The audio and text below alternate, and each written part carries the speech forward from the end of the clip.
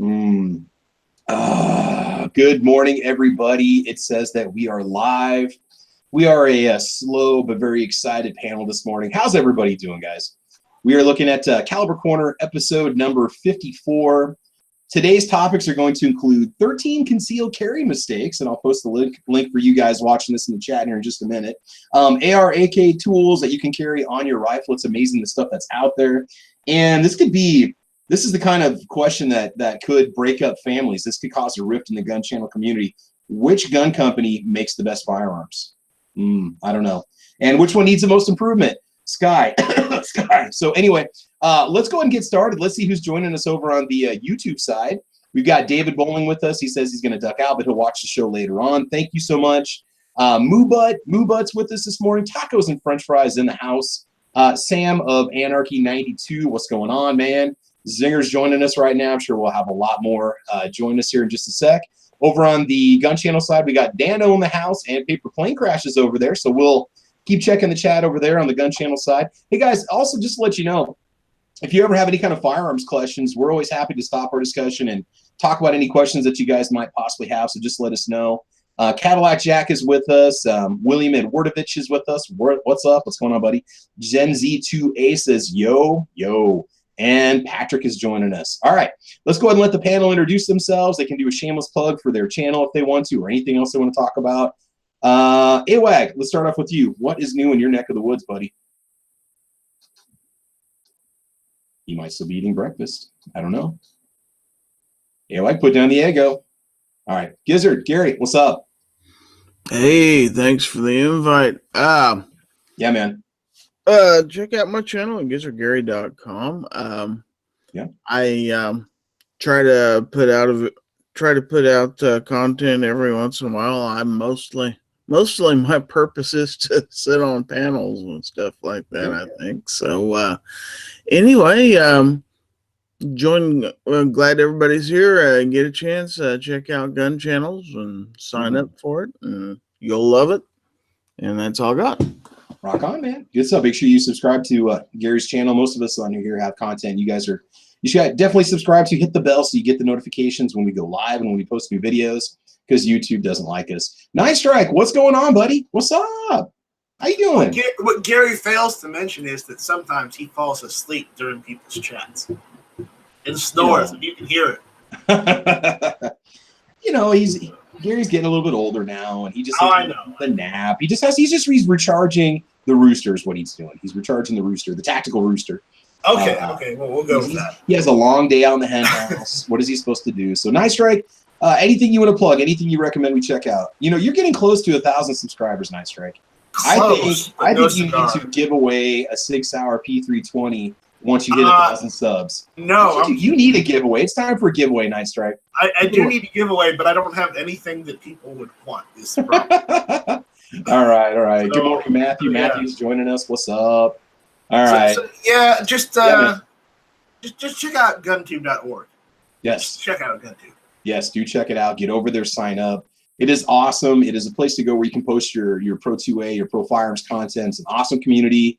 It's a good place to go. It's going to be the future of where gun videos are going, as more and more of our channels. I'm seeing more smaller channels are getting strikes now against them, and watching some of the other channels on YouTube, it's looking like this stuff is definitely coordinated the way that it's happening, and the fact that it's videos that don't violate the community guideline standards, but for somebody who doesn't understand the standards or gun videos thinks that it does, if that makes sense. It's ridiculous, some of the stuff that people are getting hit for. So, but anyway, so who knows what's going to happen. If I'd ever lose this channel, you can always find me live over on guntube.org, and I'll post the videos on Gunstreamer and UGEtube and all over the place. So Nice Strike program shows. What do we need to check out from you? Well, you should know this, being the unofficial co-host. I'm not. I don't want to steal your always hit or miss Tuesday nights, 9 o'clock. Hit or miss Tuesday nights, 8 a.m. Central Time. You got to be there. No, not 8 a.m. Oh, 9 p.m. Eastern. 8 p.m. Central Time. It's 8 a.m. right now. I was looking down at my clock. So yes, if you do that, you're never going to see it. You're just going to come back here. Maybe that was the plan. I don't know. But yeah, Hit or Miss is an awesome show. You never know what we're going to talk about or how long it's going to last. It's awesome, man. It's a lot of fun. We get to talk about. We do go down rabbit holes, though. Yes, we do. Yes, we do. We haven't actually discussed rabbit recipes, though. We need to do that sometime. Maybe sometime, yeah. Yeah. All right, man. So thanks for joining me. Keep drinking your coffee, man. All right. Sandhills is with us. Sandhills, what's going on, brother? Good morning. Thanks for the invite. I am dragging some serious butt today. Oh, you guys had a little dance you DJ'd, right? Good stuff. We did one last night, and it was 3 hours from home. We had to come home because I am about to head to work. Oh, God. So we got in about 3 in the morning, and I'm up and running. Kinda. I'm up. Kinda. Anyway. Yeah. I'm going to head to work here in a little bit, and then I've got another dance to do tonight. So I'm glad this is today and not tomorrow. If this was Sunday, I probably wouldn't even wake up for this. But thanks for the invite. Yeah. And I'll plug stuff later. All right. We'll do that. So do check out Sandhills. If you ever want beautiful views and wide open spaces of Nebraska, subscribe to Sandhills channel, hit the bell. He does a lot of his live streaming, his live podcast right from the seat of the vehicle. You get to see the awesome, beautiful Nebraska prairie, which again, the state looks a lot different when you go north and south, but just if you want to see what it looks like and how open it is and how awesome it is, you're going to get it right there. Good chats, good discussions, good information. Do check it out, man. All right.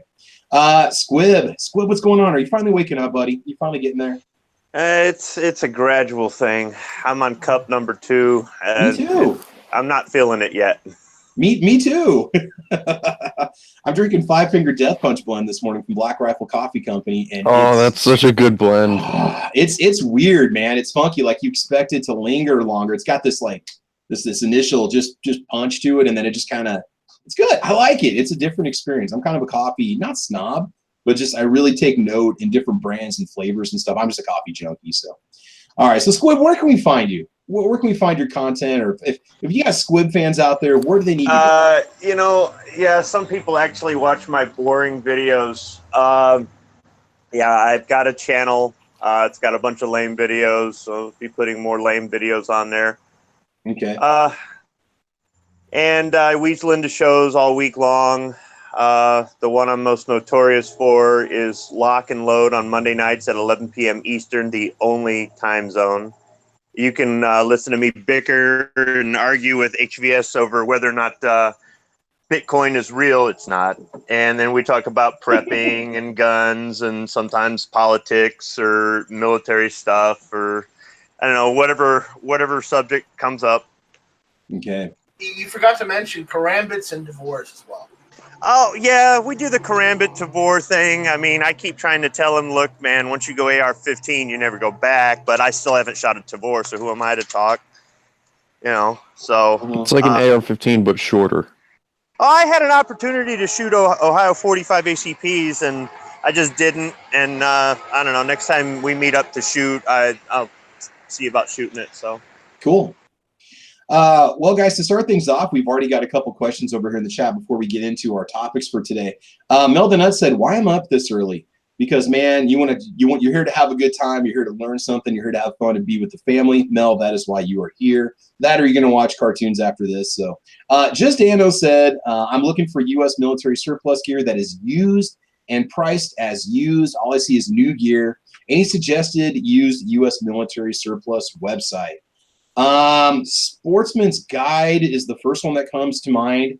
What they do sell new is generally fairly fair price. Guys, do you have any suggestions for used Army surplus websites that a person should go to? Centerfire Systems is pretty decent with some military stuff. Okay. I mean, if you want to get bulk military stuff, gov.deals. So... Oh, you never know what someone's going to need or want. Yeah.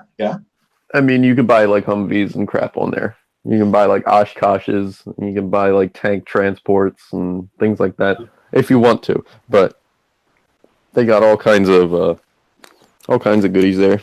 You can also buy ArmyNavySales.com. Yeah, that was another one that was on my list. Yeah. Let's see here. Yeah, and the thing is, a lot of these surplus stores, a lot of mom and pop places that have been around for a while. I know that GWeb has featured one is it Nevada? I can't remember. There's a really neat one that he's gone to twice. And this place has everything. A lot of it's going to have to be just getting out there, finding that little mom and pop place that's in your state and supporting it, because they might not have a website. I've noticed on Amazon that I try to go local, but on Amazon, they've been featuring, you can buy used military surplus gear on Amazon. You know, they'll tell you the condition of it when you get it. In fact, one of the things I'm going to talk about today is actually military surplus that's sold on Amazon. You know, if it's not specifically a gun part or a firearm itself, you know, people can sell it through Amazon. So you have a lot of resources out there for finding those surplus supplies if you're looking for them. Matthew out there saying, I didn't get any coffee, but my dad did. Well, you know what, Matthew? Go walk up to your dad, take that mug out of his hands and say, this is mine. You go get your own. And we'll see what happens. Yeah, let us know how that works. Yeah. Yeah, we need to know for a friend.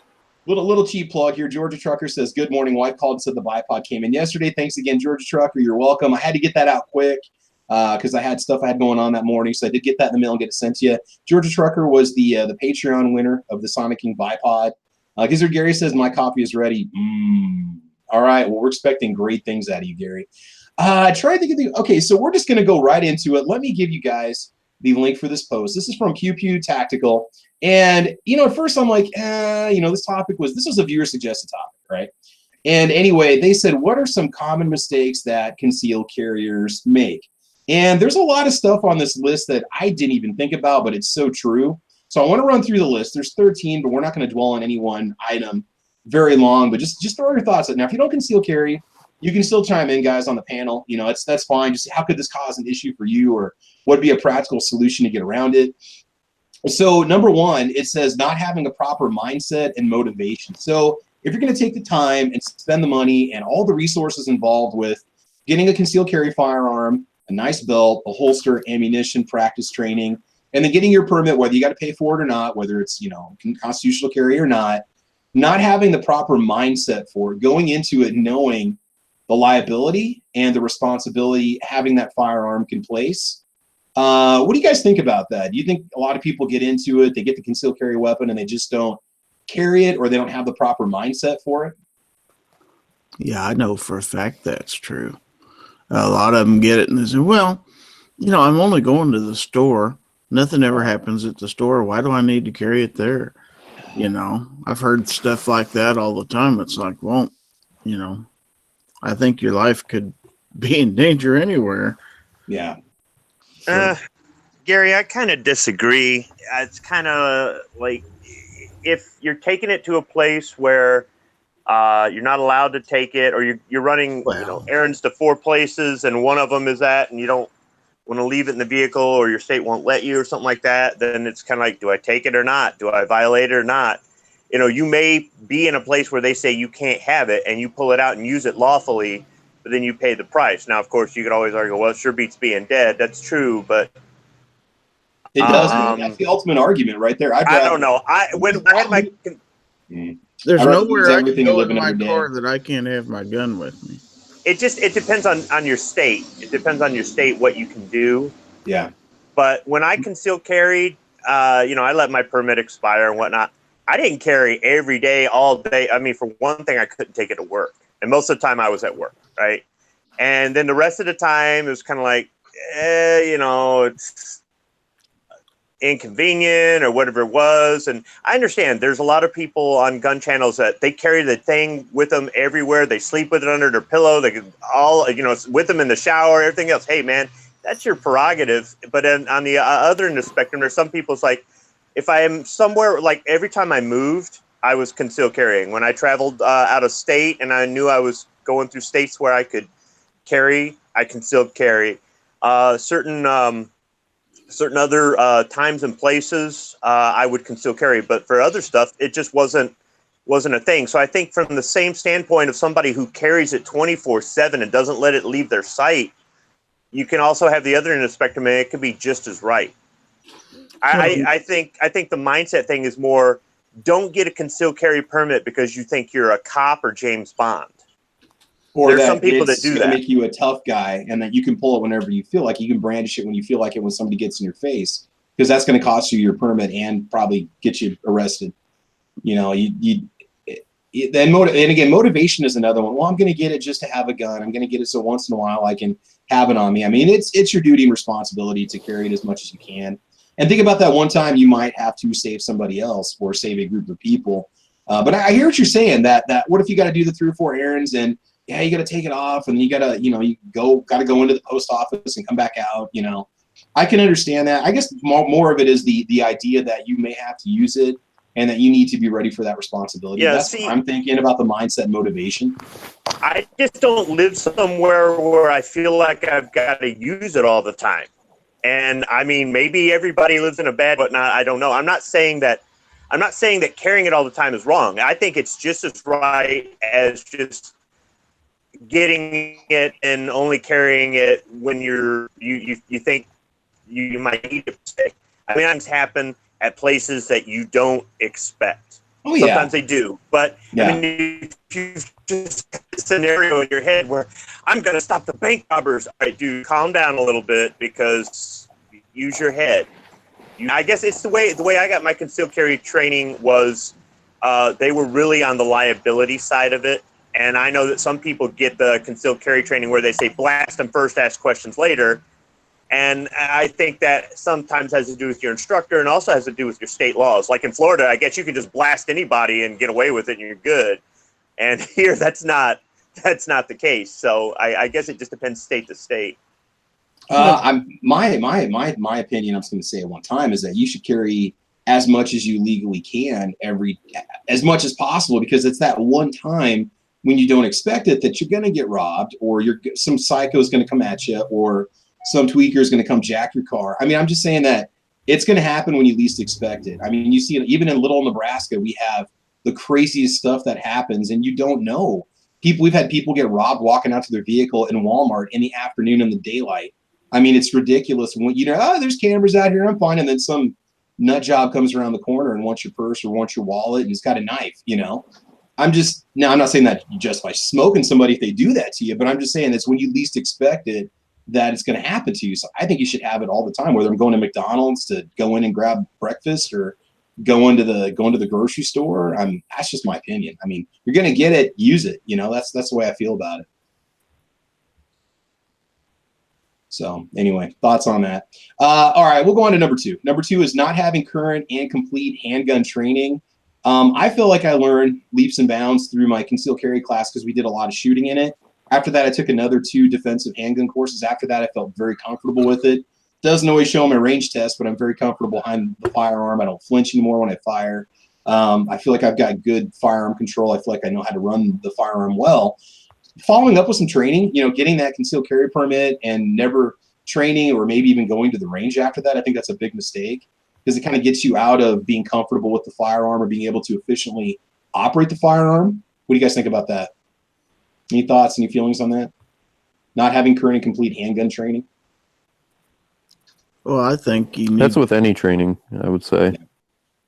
Like rifle or pistol. A lot of places you do like a 6 or 7 hour course and you might shoot your 25 rounds and that's it. And for a lot of people, they might feel, oh, got my permit coming in the mail. I'm ready to go. That's all I need to do. And it was amazing after taking that first course. I mean, I corrected my grip on the pistol. I learned how to properly stance, how to position myself, how to be comfortable behind the trigger firing. And I just felt like I learned so much after taking the course. And it was about 2 or 3 hour course and it was like $50, but it was a lot of fun. I took it with a really good certified instructor and you definitely need to just do some more training afterwards. And, once you've got that license, just going to the range and just practicing. I think it's very important that you do that, especially with your carry piece. Let's see. Number 3 is not understanding handgun laws. Does anybody understand handgun laws? Gary, you've got the easiest out of all of us with constitutional carry, man. I swear. Yeah. Well, when I took my CCL class, they spent probably the last half hour or hour of the class just covering the legalities of concealed carry. Mm-hmm. And even in Kansas, it's amazing. A lot of people don't know. Somebody comes into your house, if they see your gun and they start to run out the door, can you legally shoot them? Can you legally shoot somebody who is breaking into your car out in your driveway? Yeah. all kinds of Hey. questions. You think it's a no-brainer, but it's not a no-brainer. Can you walk out to your car to go protect your property with a gun in your hands? In Nebraska, you can't. That's considered brandishing a firearm and threatening, or whatever you want to call it. So it's a no-no. You have to keep your gun concealed. You could go out and ask somebody to leave your property or threaten to call the cops, and you can't do anything until they come at you. You know, you don't obviously go out and start some kind of altercation unless there's something that they're, you know, something you have to step in on. But it's crazy, the laws that we have in this state when it comes to defending yourself. Yeah, I'm guilty of that one myself, because one night this last year, somebody knocked on my window in the middle of the night 2 different times, and well, I had to go out there to see who it was. Of course, they had ran off by the time I got out the door as kids. But you should have sent the roosters after him. That's what you just go get them and just. After 2 times, I went back in the house. I called the police. Yeah, no, I mean, yeah, stuff like that. It's kind of spooky, especially if you live out in the country. You're not expecting somebody to come knocking on your window. And you know, kids do stupid stuff. We did stupid things like that when we were younger. Middle school kids have nothing better to do, you know. So yeah, I mean, not knowing yeah. I was just gonna say that goes, like you said, knowing not just the carry laws, but just know all the gun laws for your state, because you might not be concealed carrying. You might be taking that thing out to see, you know, what's knocking trash cans over in the alley or something like that. And, you know, every state's going to be different, and every state's going to be different as far as, you know, what you can do inside the house, outside the house, but still on your property versus out in public property, you know. So I think that's probably I don't know about mistakes that new concealed carriers make, but it's just anybody who carries open, concealed, anybody who's doing it legally, that's probably the biggest thing that you can do, is just know your laws inside and out, forwards and backwards. Yeah, and if you don't know, I mean, I would say just maybe go down and talk to your local police department or sheriff's office and say, I need some clarification on this, especially when it comes to like what's going to happen if you carry to a place that isn't necessarily marked, but I don't know. You got to know the little specifics of each kind of carry law. Yeah. I'm curious, has anybody on the panel, I can't see the chat, so maybe somebody in the chat, but has anybody on the panel actually talked to local law enforcement about carry laws? Because it's kind of scary. I've had a few questions that I've asked police before who were stumped, had no clue what would happen if they pulled somebody over and this happened. Yeah. I've actually talked to our school, the school where I teach, the police officer. We have a regular police officer that's on staff all day, and I've asked him a few specific questions. I've said, what's going to happen if I carry into this place? What's going to happen if I legally? What's going to happen? You know, the big one is carrying into places in Nebraska that are marked no concealed weapons, other than churches, hospitals, schools, government buildings. You know, is that an automatic misdemeanor, felony? What's going to happen? And you have to really read into the laws, because it might say, well, you can do this, but you can't do that. You can do this, but I needed a little clarification, and he understood it well. But again, there can be a lot of technicalities, especially when it comes to storing your gun. If you work at a place that doesn't allow you to conceal carry, you know, a lot of times, what if you have to get out of your vehicle to put it in the trunk if you don't have a lock and glove box, and you don't have a lock box in the vehicle. So now are you officially breaking the law because you got on the property with the gun in your hand or in a case? I mean, there's just little tiny technicalities that can drive a person nuts when it comes to laws. And then you go out of state, and it's even worse because there's even more variation in the laws. And so that drives me nuts too, because there's different laws about how you can transport that firearm if it's not on your person. So that's one of those things that can really cause a problem. So yeah, so do know your laws, do some research. If you look them up online, make sure you're looking at the most current version of your handgun laws. A lot of these places will take your laws and paste them and put a bunch of banner ads around them just to snag you off Google. And they might be, you know, gun laws from 2011, 2014. You want the newest gun laws you can get. I've got an app on my iPad, and it tells you what the laws are for all 50 states with carrying. And it makes it easy. You click on your state, and it tells you this, you know, surrounding states, and you click on it, it'll tell you, do you have to inform an officer? Can you carry in a bar? You know, little things like that, which makes it easier for me. So do understand the laws. Again, not carrying regularly, that's another one. That's kind of a funny one, because I've had conversations with people that are not pro-gun. You know, they said things like, well, nobody should be able to carry a gun with them into a Walmart, or nobody blah, blah, blah. And I will tell them, I'll say, do you realize that every time you see me in public and I'm not in a church or a hospital or a school or government building, I'm armed? What? Really? What? I was like, yeah, you had no idea, did you? So carry regularly. you'll get more comfortable with it. You'll notice the firearm less if you do carry regularly. But then again, you also want to make sure you've got an appropriate holster, a good belt that's going to work, whether it's a fancy tactical belt or not. You want to carry comfortably. So Sandals, you and I had a conversation about that going down to Tulsa because you've got the Alien Gear holster. Is that correct? Are you still using that one with the shield? Oh, Sanders, you might be getting ready. You're heading off to work. And I just use a simple Kydex inside the waistband holder. I would carry between 3 and 6 o'clock, depending on how I'm moving around, right? So we have two different philosophies. I'm totally comfortable with mine. He's completely comfortable with his. But we had to talk about best ways to carry and stuff. So you'll carry more regularly if you have a firearm that fits you and you've got the gear to basically back it up, right? So that's another one. Number 5 is frequently checking and adjusting your carry handgun. I don't know what they really mean by that. I guess just not paying attention to the sights, not paying attention to the lint that it builds up inside of it, not maintaining it, not taking it apart to clean it, maybe a couple times, maybe once a month or twice a month or whatever. So that's another one. If somebody might buy it, throw it in their purse and forget about it, and something could get wedged in the barrel. You could have debris or muck in the slide or the action. You guys have any thoughts on that at all? Well, there are people who, as they're walking through a store, they'll constantly either have their hand down in their pocket trying to rearrange their gun, or it's pretty obvious that they're carrying down there. And the idea is to not call attention to yourself. So, get it in a comfortable position and leave it alone, I think is the gist of that. Somebody's asking a question. What's the name of the app? Off the top of my head, I don't know because I just tap on it and look at it. It just has the icon. Just type in conceal carry law in the iOS or Android store, and it'll tell you what the name of the app is. Yeah, it's not, more making adjustments to your firearm when you get to the store. Once you've already got there, you want to make sure that you are set and good as soon as you exit your vehicle, so you're not fiddling around with it. And Gary, somebody like us, we might notice those things. With you being in a constitutional carry state, you might expect more people to be armed. Myself, you kind of notice those things because those are the things that we do, but your average person might not see that. But for somebody who wants to do harm, they might look for those things too. Does that person have that bulge on their waistline behind them that's going to, maybe outline a firearm, or does that person got like something in their pocket that's not a cell phone? Criminals might look for those things if they're about to do some sort of crime, some sort of, some evil. There's things that they're going to be trained to look for too because they want to get their task accomplished, unfortunately.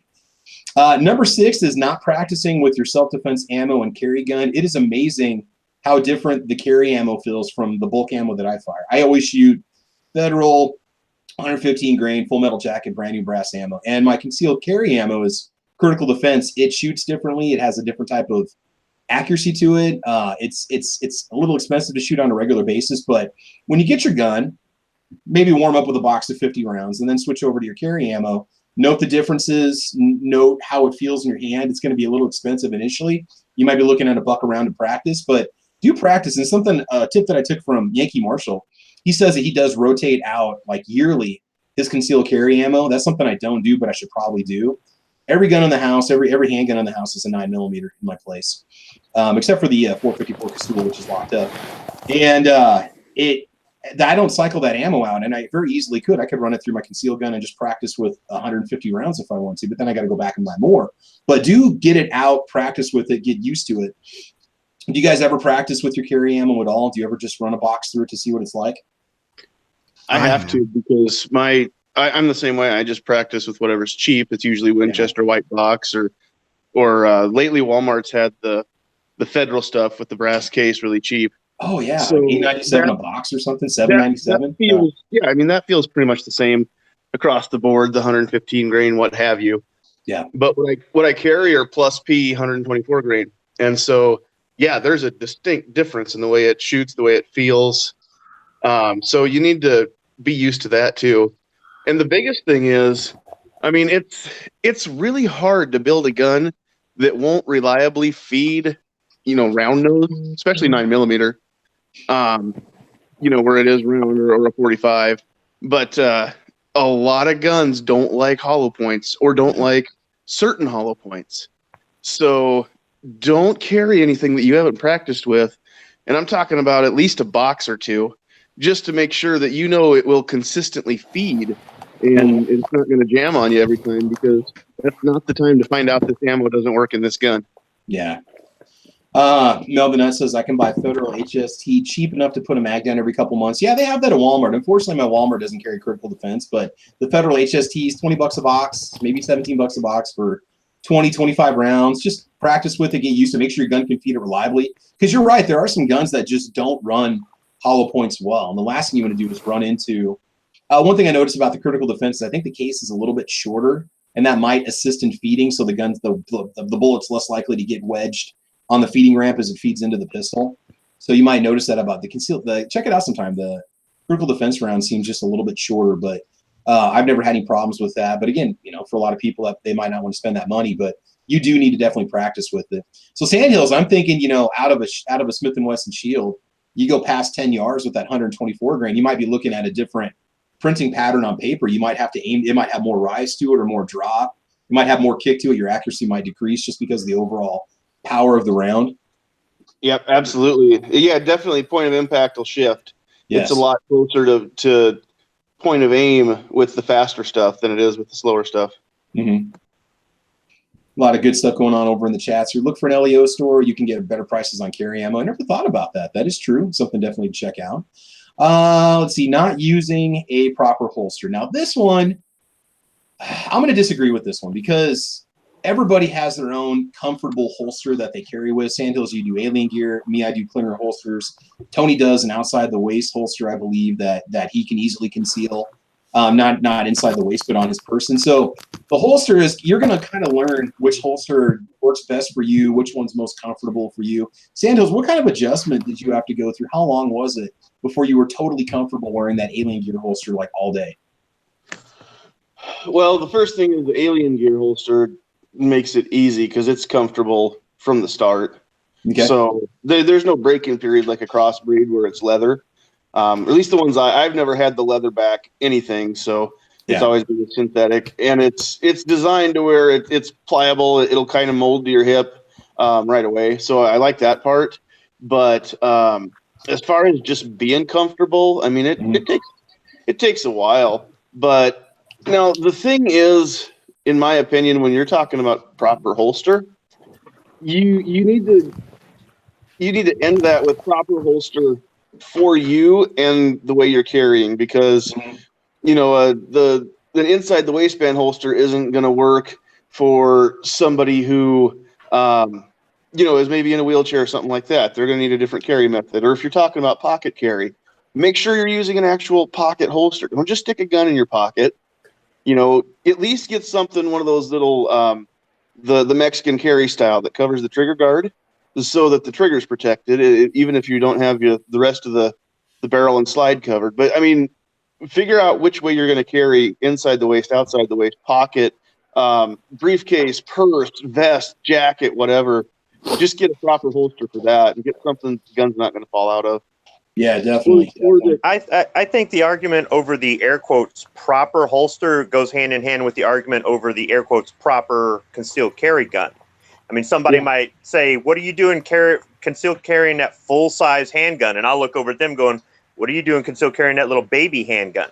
But for them, they want the lightweight, or the way they're carrying it, they need a smaller gun, or they've got little hands, so a little gun fits them fine, or whatever it is. Whereas for me, I like concealed carrying a full-size handgun, and I've caught a lot of crap over that. And it's like, hey, look, man, you do you and I'll do me. So with the holster, whether you got nylon, leather, Kydex, whether it's a pancake style, whether it's attached to the belt loops, it's inside the waistband, outside the waistband, even a shoulder holster, right? If you've got the right kind of overcoat, I guess, right? I think what you need to do is you need to do what's right for you, and don't worry about the crap your buddy gives you. That's just us giving each other crap. This is true. I mean, you gotta work what's going to work best for you. Can I throw something in on that? Yeah. For those of us who pocket carry now, there are the pocket holsters that you can get from like Walmart, which they sell maybe 2 or 3 sizes. They're like Uncle Mike's or something like that. And they don't necessarily always fit your gun well.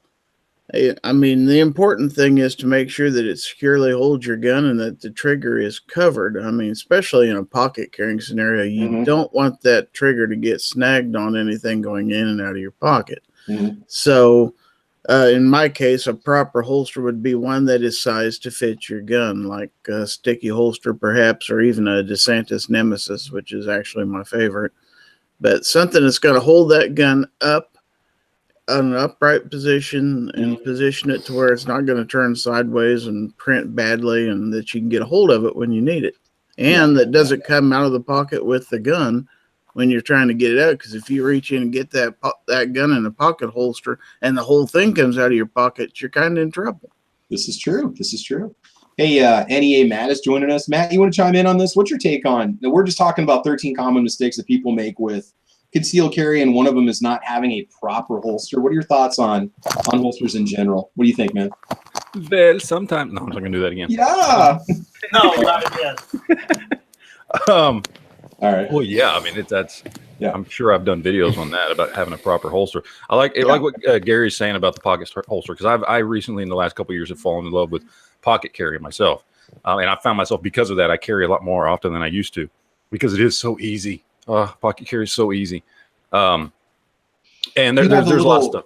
Little trigger guard that you buy. Yeah, I use the Aries Armory. Okay. I think they just call it the trigger guard or Aries Armory something. I can't remember what it is. You go to their website, but it's the thing they're most popular for. They're most known for. And it's just a little piece of Kydex that's made for your gun, whatever your type of gun you order it for. And it's like that. It's like they took that little piece of a full Kydex holster mold and just cut it out just around the trigger guard, so it just snaps over the trigger guard very, very tightly. And it's got the paracord that it comes with, which I always change out because they never send me a piece of paracord long enough, so I swap it out with some of my own. But and it's got paracord attached to it, and you just loop the paracord around your belt, which is what I do, and then you drop the gun in your pocket. And then it's just the paracord's just long enough so that as you bring the gun out of your pocket and go to present the gun at the target, that paracord strips the trigger guard right off of the trigger. And so by the time you come up to present the gun, there's nothing in the way. And it's a really cool little invention. But I got to agree with Gary. And I've noticed this too. And it depends on what you're wearing. So you have to be aware of this. Sometimes a pocket holster is actually a better idea, because you can have it, like with what I use. If I'm wearing a pair of jeans, it's fine. If I'm wearing a pair of big baggy shorts with big old cargo big pockets or something, then that gun can kind of move around in there, and it's not always in the most optimal position in your pocket for you to just reach in and grab it really quick. So in some scenarios, depending on what you're wearing, an actual pocket holster, a good one, again, sticky holsters, stuff like that, aren't going to come out with the gun, but that will hold the gun in the right position in your pocket. And it also does actually help with printing, because it doesn't, it covers the gun and gives it a more flat appearance. But also it's going to depend on what pocket too, because there are different pocket holsters for front pocket versus a cargo pocket on your leg versus a back pocket versus a coat pocket. I mean, there's all kinds of different pocket holsters, and they're all designed to fit the shape of the pocket it's going into. Yep.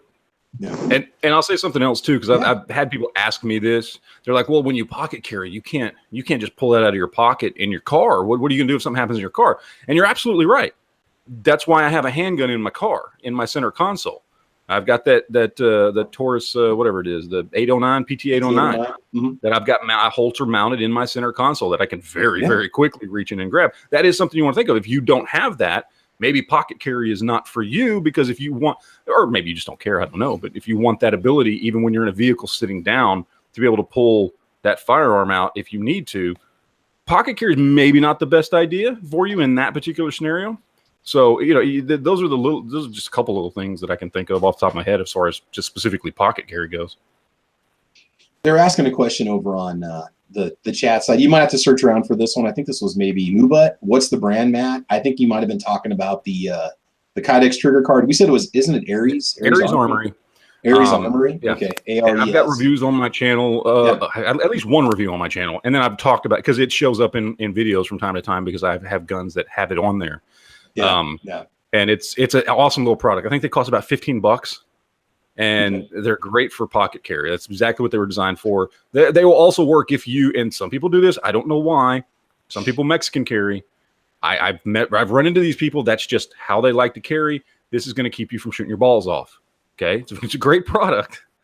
So those are important. I mean, I've heard replacements are very expensive, and a couple dollars of some common sense here can go a long ways. Now I've heard you can go the cheap route if you want and just go grab a couple of iPods, apparently, but it's not recommended. And another thing too, when it comes to looking for holsters, check eBay out. There's a lot of small companies and shops that get their start on eBay, and they'll make it specifically for your gun. Pocket holster, and you won't spend as much as you will from some of the larger companies. That's how I found. Yeah.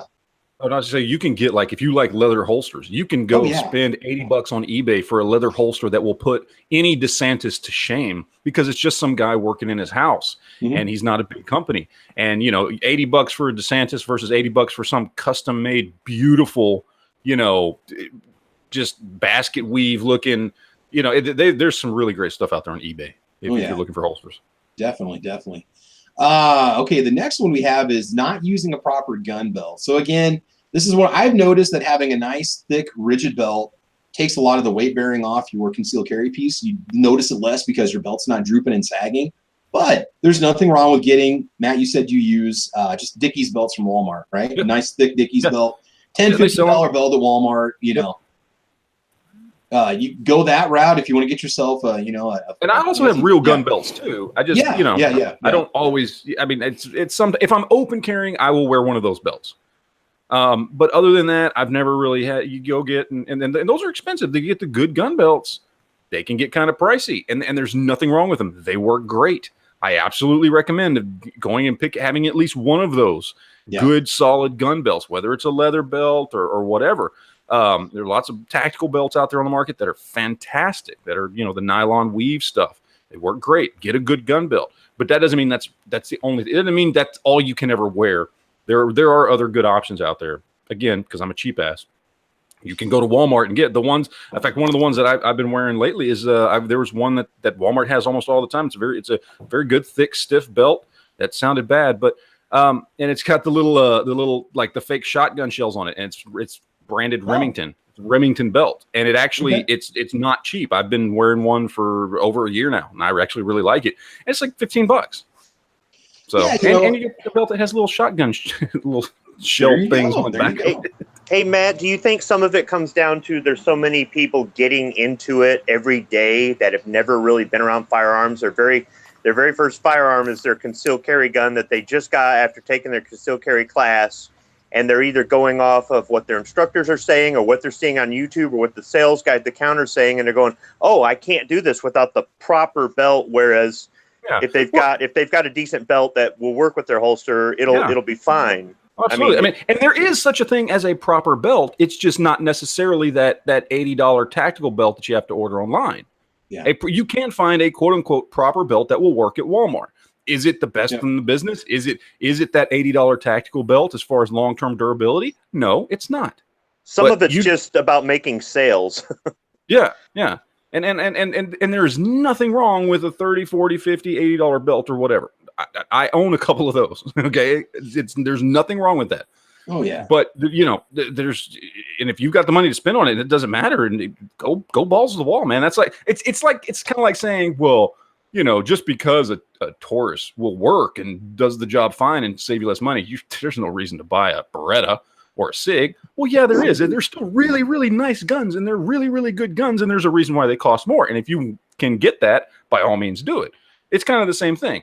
They both work, but understand there is a difference, but that doesn't mean that the cheaper one is crap and useless. It just means that the other one's probably a belt you're going to have when you're 80. The one at Walmart's going to last you a year or two. Actually, the one I've had for over a year, and it's still got a lot of life left in it. And it'd probably last me another year or so. So if I get 2 years out of a $15 belt from Walmart, hey, I'm good.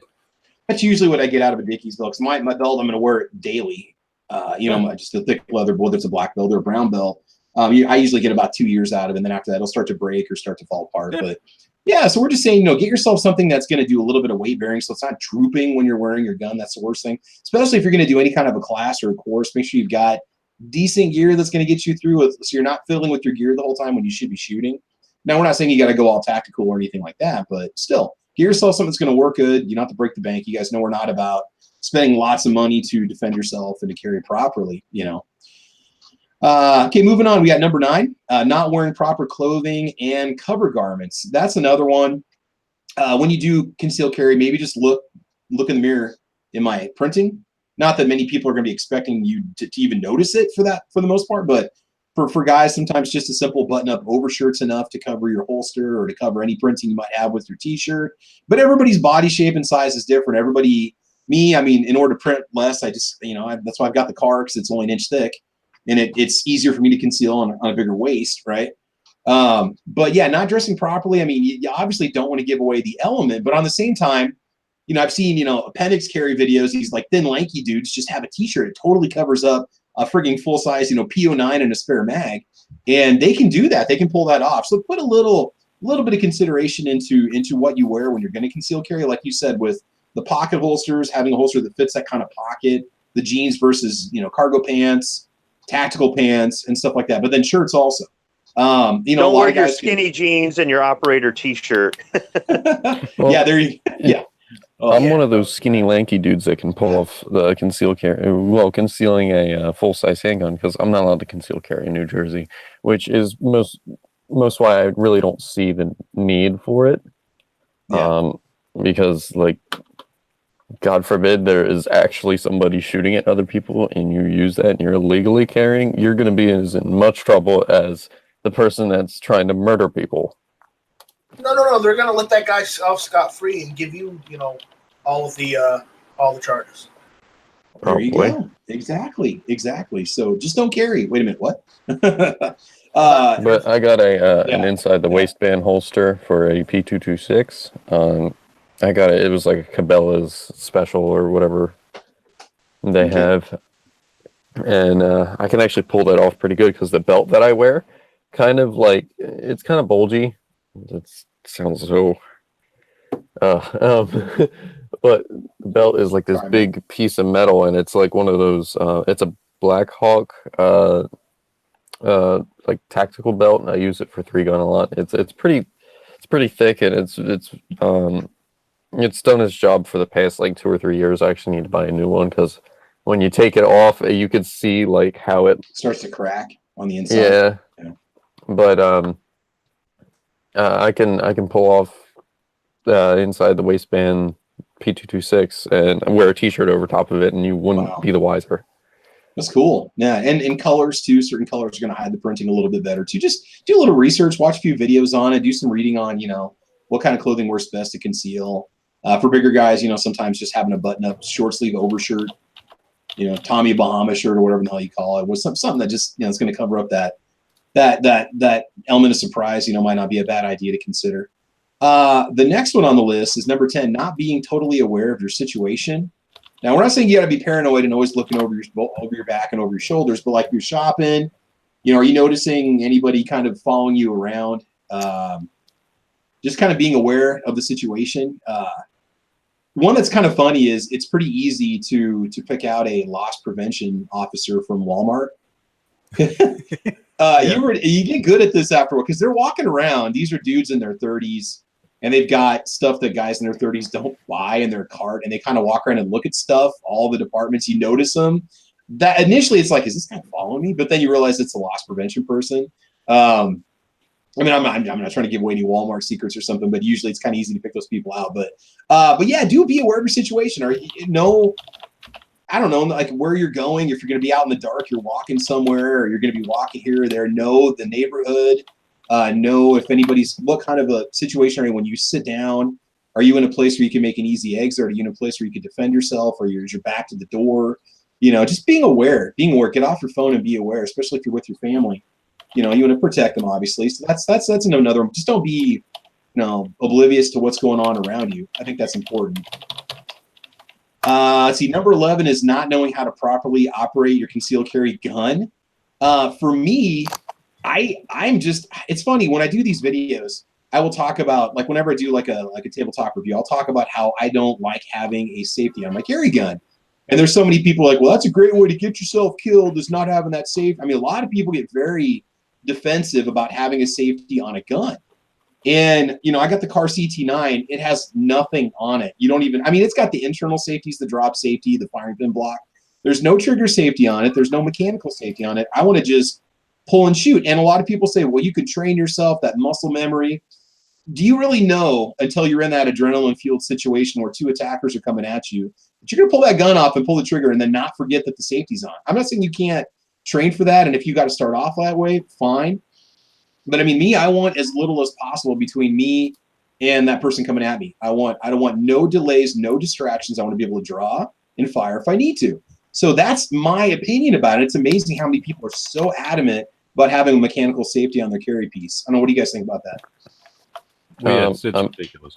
If you're afraid of your gun, then you shouldn't be carrying it. Exactly. I mean, it's not going to go off in a Kydex holster. If you can't carry a gun that doesn't have a safety, if you're that scared of your gun, you have to have a safety on your gun. I mean, you need to do some more training. I'm sorry. And I say if you're that uncoordinated that you can't flip the safety off as you draw, it's the same thing. It's the exact same thing. Well, no, it is the exact same thing. If you don't want to have a manual safety, don't. But I will, and I do know how to use it. So I think you're fine without it, just as well as I think I'm fine with it. That's different than the people who get on to people for not having a safety. People who you can tell are scared of carrying a gun without a safety. That's different than being comfortable with using that manual of arms. Those are two different things. Hold on. There's also you also have some of those that have 1911s and love the manual safety on the 1911. Well, and it makes sense on the 1911 with I'm not going to argue with hammer 2-pound trigger. You want to cock and lock. I get it. That's fine. I don't disagree with you on that. I'm just saying that, like, I'm thinking of like maybe a Smith & Wesson Shield, okay, or like the Taurus PT-111 G2 where you can't get it without a safety. I've just run into people that are so adamant about friends and family that are so strong about having to have a safety on that gun. Funny part is they get their carry permit or they get into shooting. A year later, they're looking for a new gun that doesn't have a safety on it because they don't want to mess with it. It's like, now, Squib, your situation. Why don't you just leave the safety off? Why don't you just leave the safety off? To me, I've carried guns like that before with the safety off.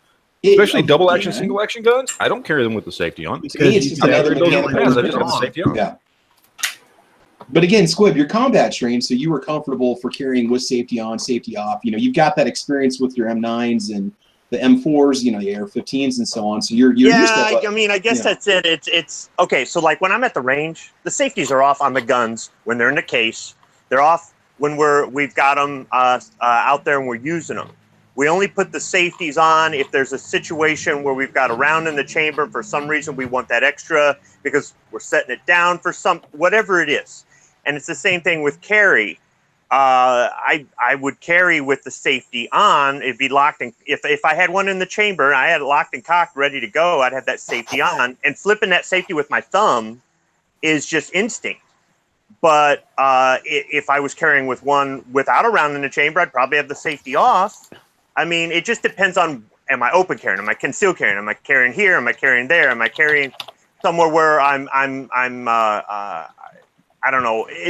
I guess it varies on the situation, but I like having that. It's like having a seatbelt in your car. You don't want to wear one, don't wear one. Even if it's against the law or whatever, that's your choice.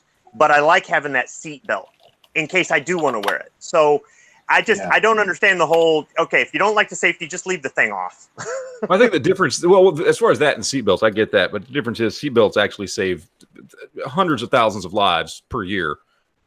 People with carrying around guns without safeties, I mean, occasionally somebody shoots himself in the leg, but there's a big difference between those two. The thing I find, and I don't have a problem with safeties. I got miniguns that have safeties on. But the thing I find amazing is a lot of the people who I've talked to who are adamant about having a safety on a gun when it comes to carrying that Beretta or that whatever it is that's got a safety, that 19, I don't know, whatever the hell it is. Also, for some reason, have no problem if they have to go out and they're not wearing a lot of clothes and they got to slide a little 38 snub nose in their fucking pocket. Well, that ain't got no damn safeties on it.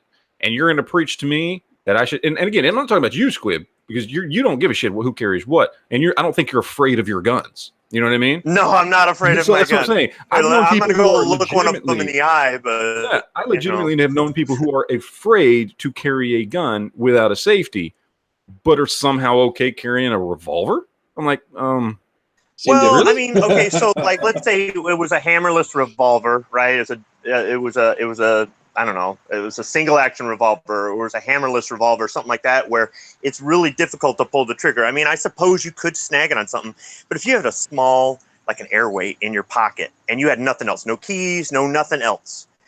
And I think that's hammerless, I believe. I don't know what's going to make it, snag the trigger and pull it and make it go off other than I'm your just talking finger. about people I've run into, and you're talking holster for holster, right? It's this that if they're carrying semi-auto, they want a safety, but they also have a 38 special somewhere in their collection that they carry from time to time that they throw in a holster on their belt. Just, so there's no issue with triggers being covered or not covered or anything like that. But there is I think with some people there is this mentality that somehow semi-autos must have a safety, otherwise they are unsafe. And maybe they're carrying a revolver with a dead cylinder, cowboy style, which is an option too. But now you got to cock the thing. I guess it depends on how quickly you need to bring that weapon into play. Some people might not be as comfortable just pulling out and blasting. They might want to try to de-escalate the situation. They might want to try to brandish. That's one of the things I can't stand about the carry laws here in Michigan. Brandishing is a crime. Now, the police or the judge could decide that, hey, you know what, you prevented a bad situation. We're just going to look the other way.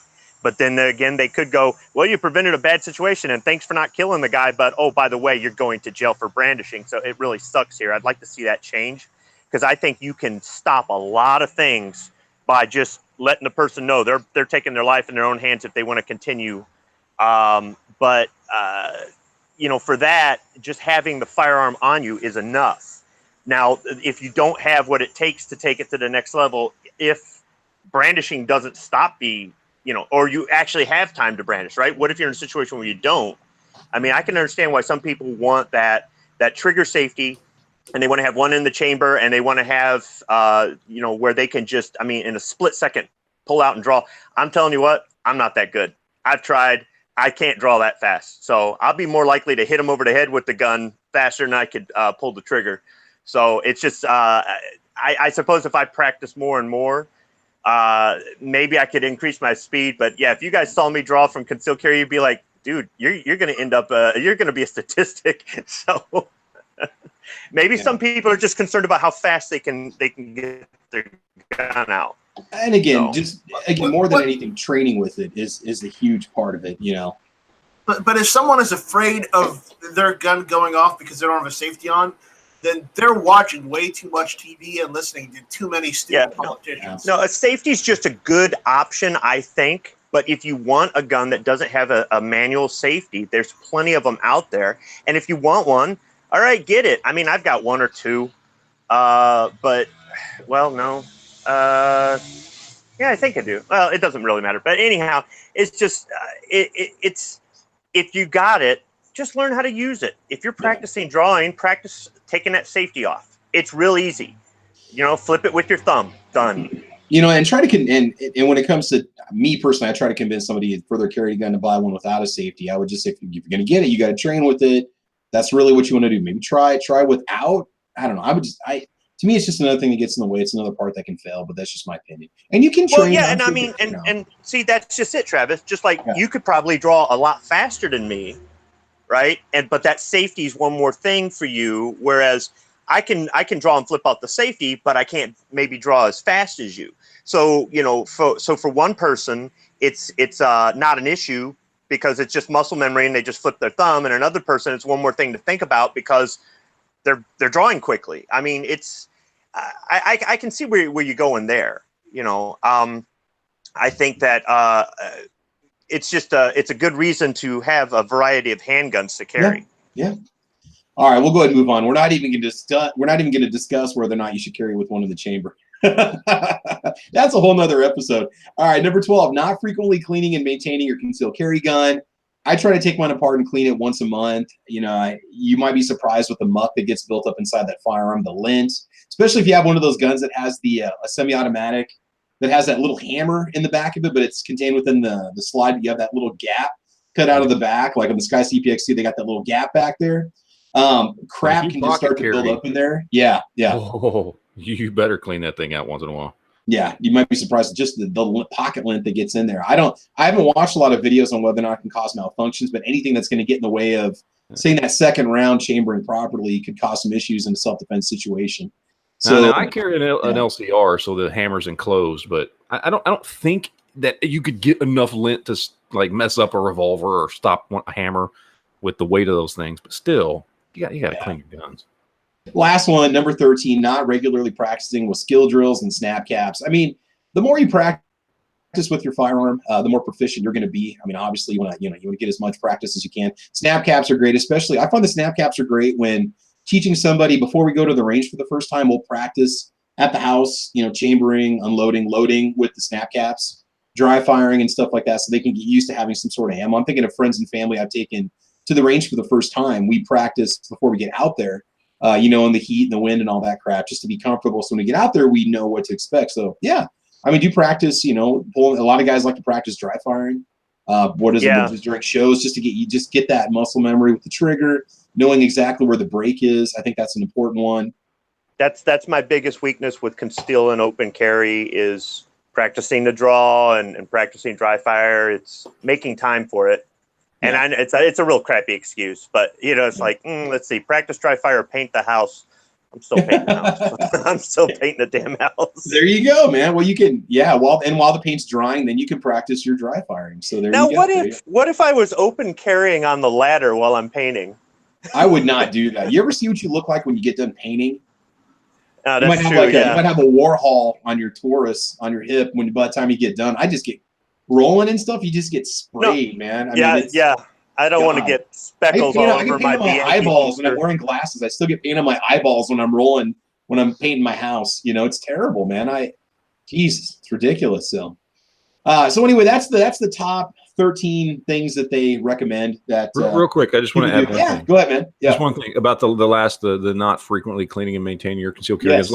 When it comes to that kind of thing, you've got to learn to find the joy in cleaning and maintaining your guns, because there is joy to be had there. I know maybe not everybody gets to that point, but try to get yourself to that point, because there's nothing more relaxing and just erotic than putting on some nice scented candles and little Keith Sweat and going into the room and getting the oil out. Here we go. And stripping down that Glock or that Beretta or whatever it is, just piece by piece pulling it apart. Do you know I can make you sweat? Okay, we're just trying to set the environment for it. Actually, I would put on the Daily Gun Show and clean my firearms. There you go. That's what brought me in. That's swear to God. That's what brought me in. I find cleaning guns and doing that type of stuff very relaxing. Yes, I'll have a gun podcast going in the background, or just or live stream it on guntube.org when you're cleaning your firearm. I used to do that all the time when you guys would do panel. I'd sit there and take the gun apart and clean it, while you guys were doing a live podcast. If I was on a panel, it is, you can have fun.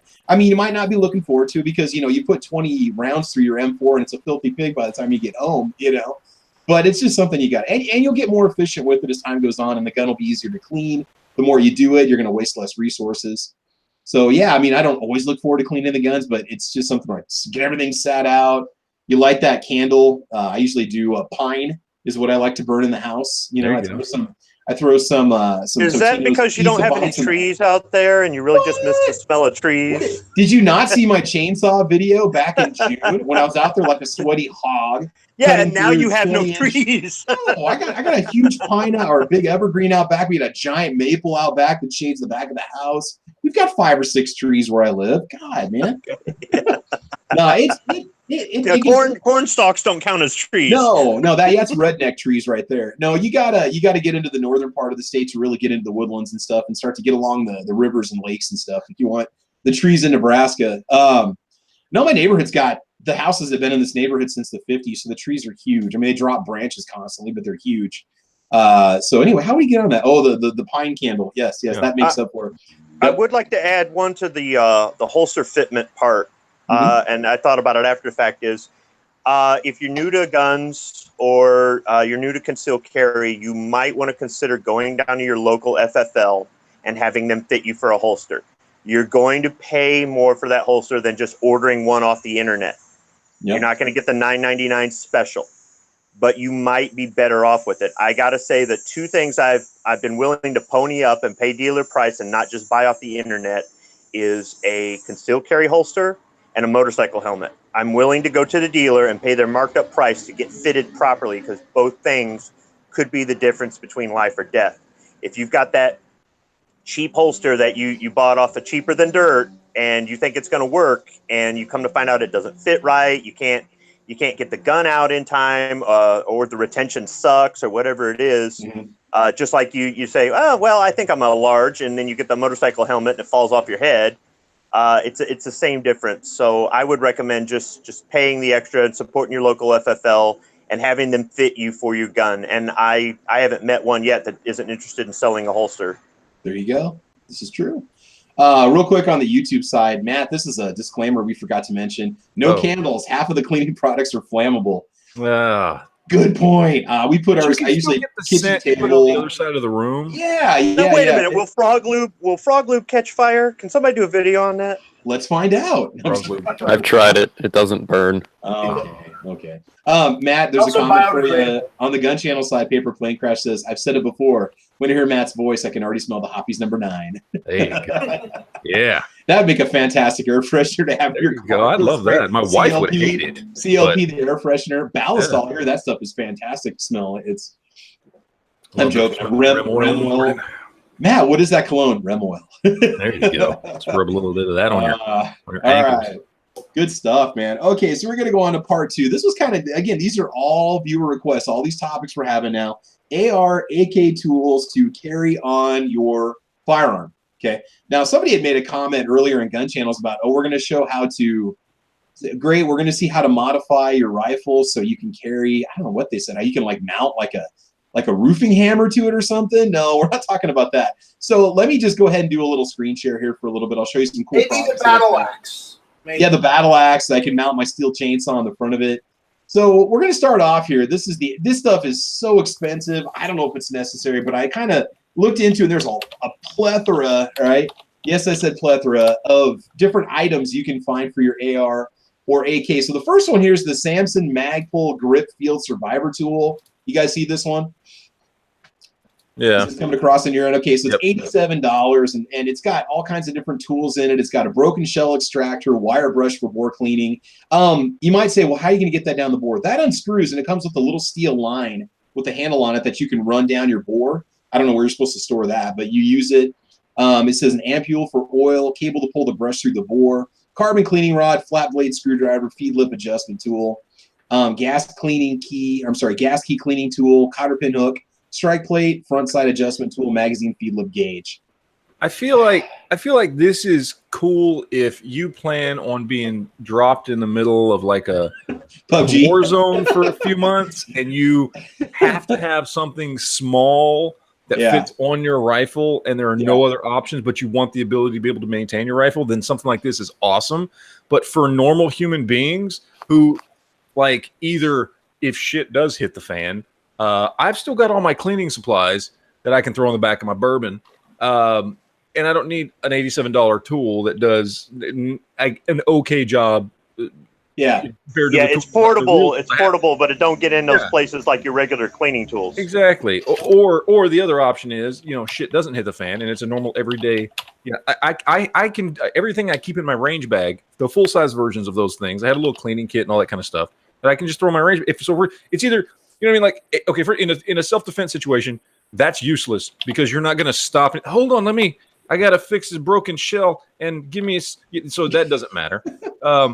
At a range, $87, you can buy yourself a range box and almost every cleaning supply you're going to need. You could get yourself a little fold-up kit you could throw in your backpack that would have more functionality in the field. And at the range, that's useless because you don't need to carry a little compact version. Again, if it shit hit the fan and you've been dropped in the middle of Iraq, I guess, and that's all you have. That's your gear. I mean, you can't just too much. You've already weighed yourself down too much. That's all you can have. I guess that's acceptable. But that just seems ridiculous to me. Travis, can I jump in and give a viable alternative to that? Yeah, I'll stop sharing here. Go right ahead, man. Okay. I've got one of these. And I'd say this is more useful than what you showed. Let me see what you got going on here. Oh, my camera just went out. Well, that's an actual multi-tool that has more uses So that actually makes more sense, right? Yeah, that's what I'm saying. This actually makes more sense to have something more like this, which is for, you know, either for the gun, but has all the tools in case you need to use them. Because is that the even as the front sight tools? No, this is the Avid. Let me ask, Nice Right, have you cut yourself with this thing yet? Because of course he has. Squib many times, but not to the not to any of the veins, unlike the 1911. All right, because you need some more stitches, man. Chick stick scars. And look, you can even do dental work with that little pick. So Heck, I mean, yeah, dude, you can clean between your teeth. I mean, you know what's cool about this? You know, you can make a little money on the side by doing home dentistry. So I would recommend getting multi-tool like this over what you were doing, Travis. I'm not trying to bust your balls right the stuff I'm showing is very gimmicky. I just wanted to discuss it with you guys. You know, this is going to take the place of a pocket tool. It's going to take the place of a knife. It's going to take that to me is a much better alternative for going out in the field. Just looking at it, I mean, yeah, definitely. I've actually got this. It works quite well.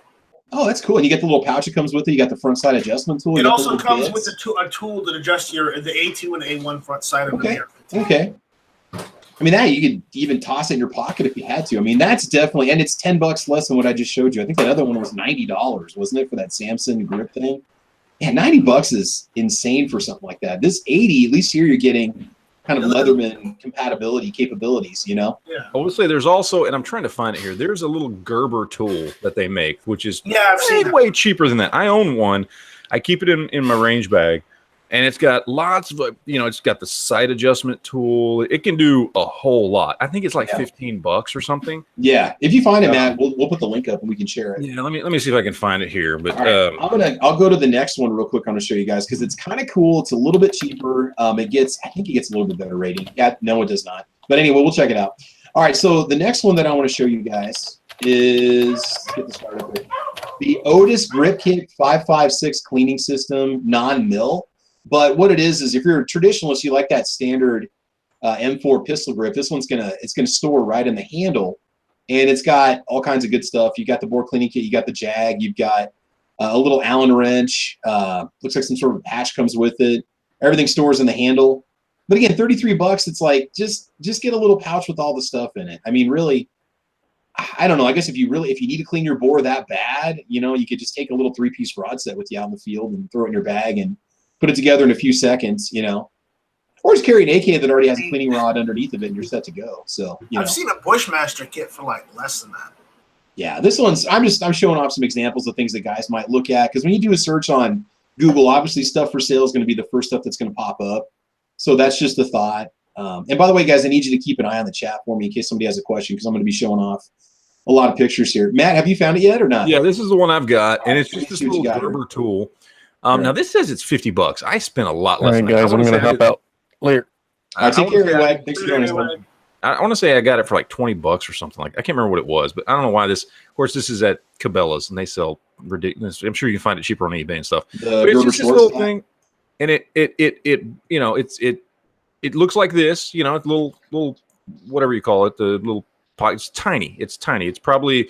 This is probably 2.5 inches long. It's not very big at all, but it breaks apart into all these different pieces. So you've got a sight adjustment tool, and it's got everything marked. You know, buffer wrench and bolt scraper, and you know, it's got all this stuff here that you can actually do a lot with it if you wanted to. And like I said, it's considerably cheaper. Again, I don't know.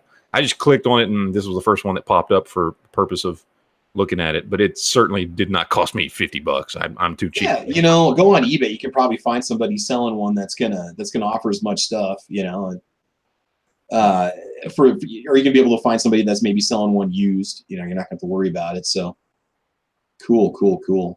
All right, I got my my next one here that I want to share with you guys real quick. And Real Avid makes a lot of different tools. Now, this one to me is not exactly a tool, but I think that this could be something that might be useful for out in the field. What do you guys think about this one? Oh, let me go back here. Oh, it just closed out. No! There we go. The Magpul MOE grip core with the 1/2 ounce lubrication bottle.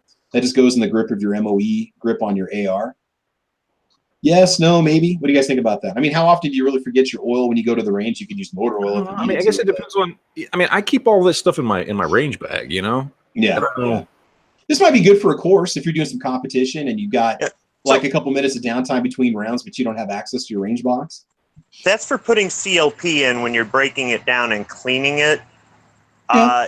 At the range while you're running it, I recommend an aerosol can of REM oil. If you're trying to keep it running, I don't recommend the REM oil necessarily for cleaning it as much as just keeping it going while you're at the range for the day. Yeah. That little oil bottle is helpful, but where's the rest of the cleaning kit? Yeah, this is true. Are you going to use your T-shirt? You're going to have to wipe stuff off, you know? Yeah. I'm not squirting liquid CLP in AR-15 or an M16 while I'm running it. I use the CLP afterward when I'm cleaning it. So, you know, a lot of this stuff could be useful, but it just everything kind of feels kind of gimmicky. It's like they're just coming up with something to sell you, you know, that you think you need for whatever reason. I mean, unless you're going to be heading out into the sticks and you think you need that with you because you don't want to carry a can of CLP or a can of REM oil and whatnot. So it's always a possibility. But yeah, I mean, there's a lot of things out there. You just got to think to yourself, is this really useful? You know, is this something that I'm gonna get much out of? Now we'll go on to the next one that I have. I'll go back into another screen share. I apologize, I keep bouncing between screens here. This one, I kind of like this one. I kind of see this one as maybe being a little more viable, especially if you're going to be doing some competition. What we have here is the Magpul MOE grip accessory storage bolt and firing pin storage core. So they make like 4 different setups here, 3 different setups here. They've got, this is the grip that'll go in your core grip, your MOE pistol grip, right? Yeah, what's up? You're stuck on Matt. I'm stuck on Matt. Yeah. Stuck on you. All right, is that better? All right, so we got the DL123 core grip. It's going to have the 123 cell batteries for like a TLR1 light. Okay, you can put 2 batteries on the left, right here, and this one on the left.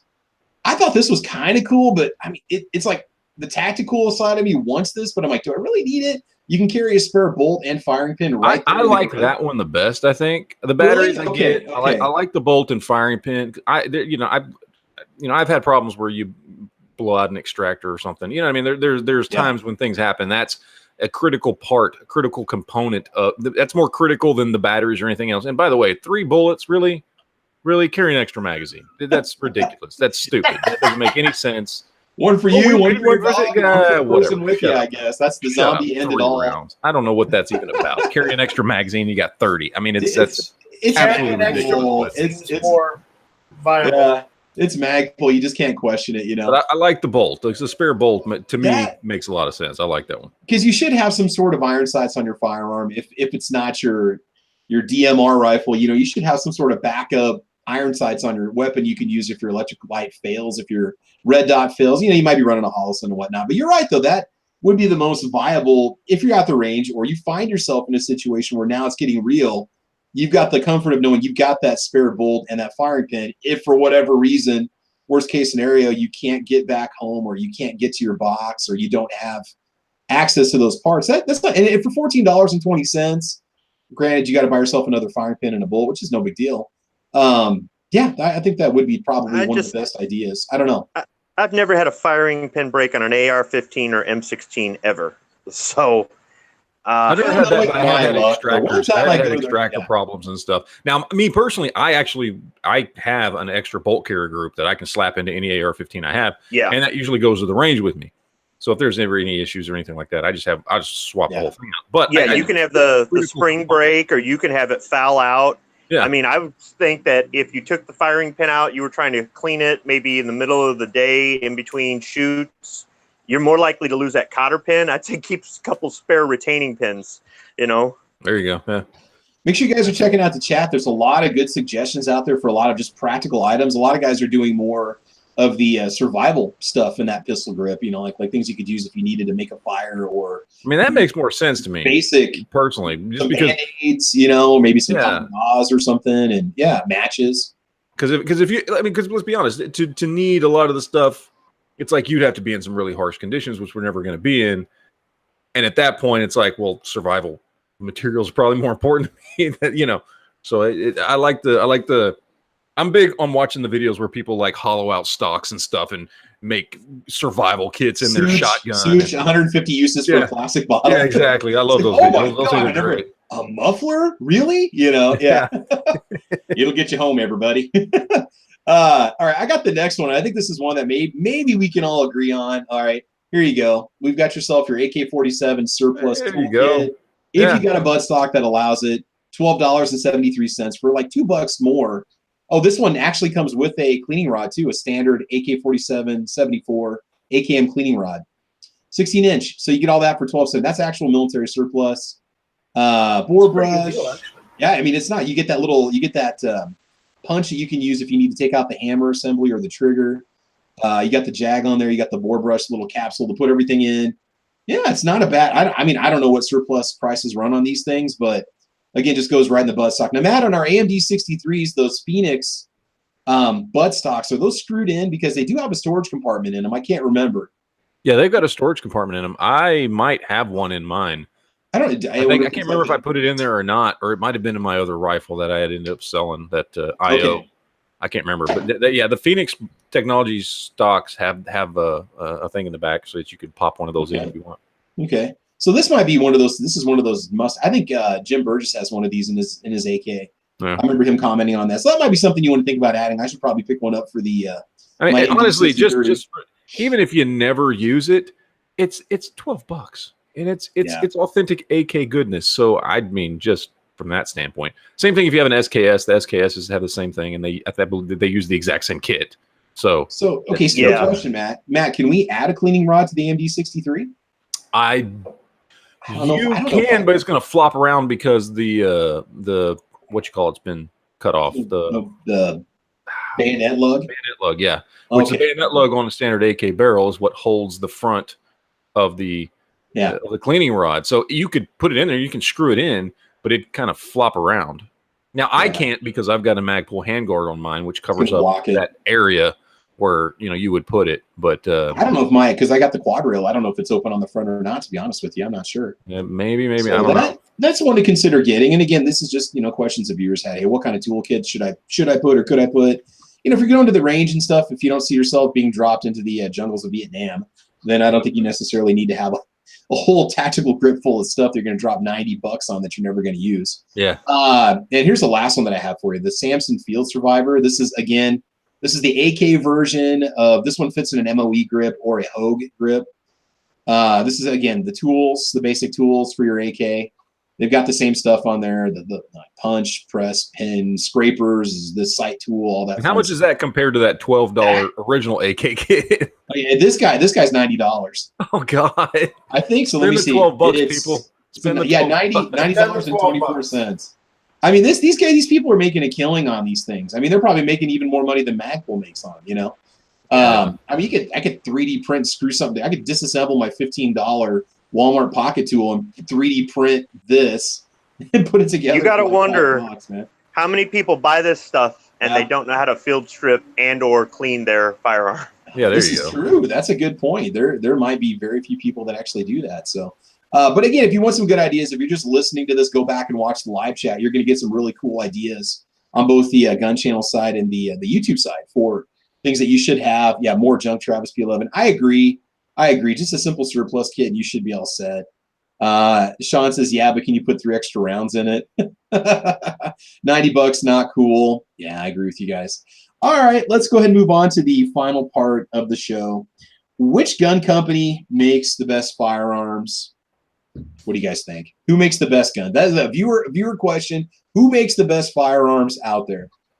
Well, I don't know how you determine. What context are you saying that?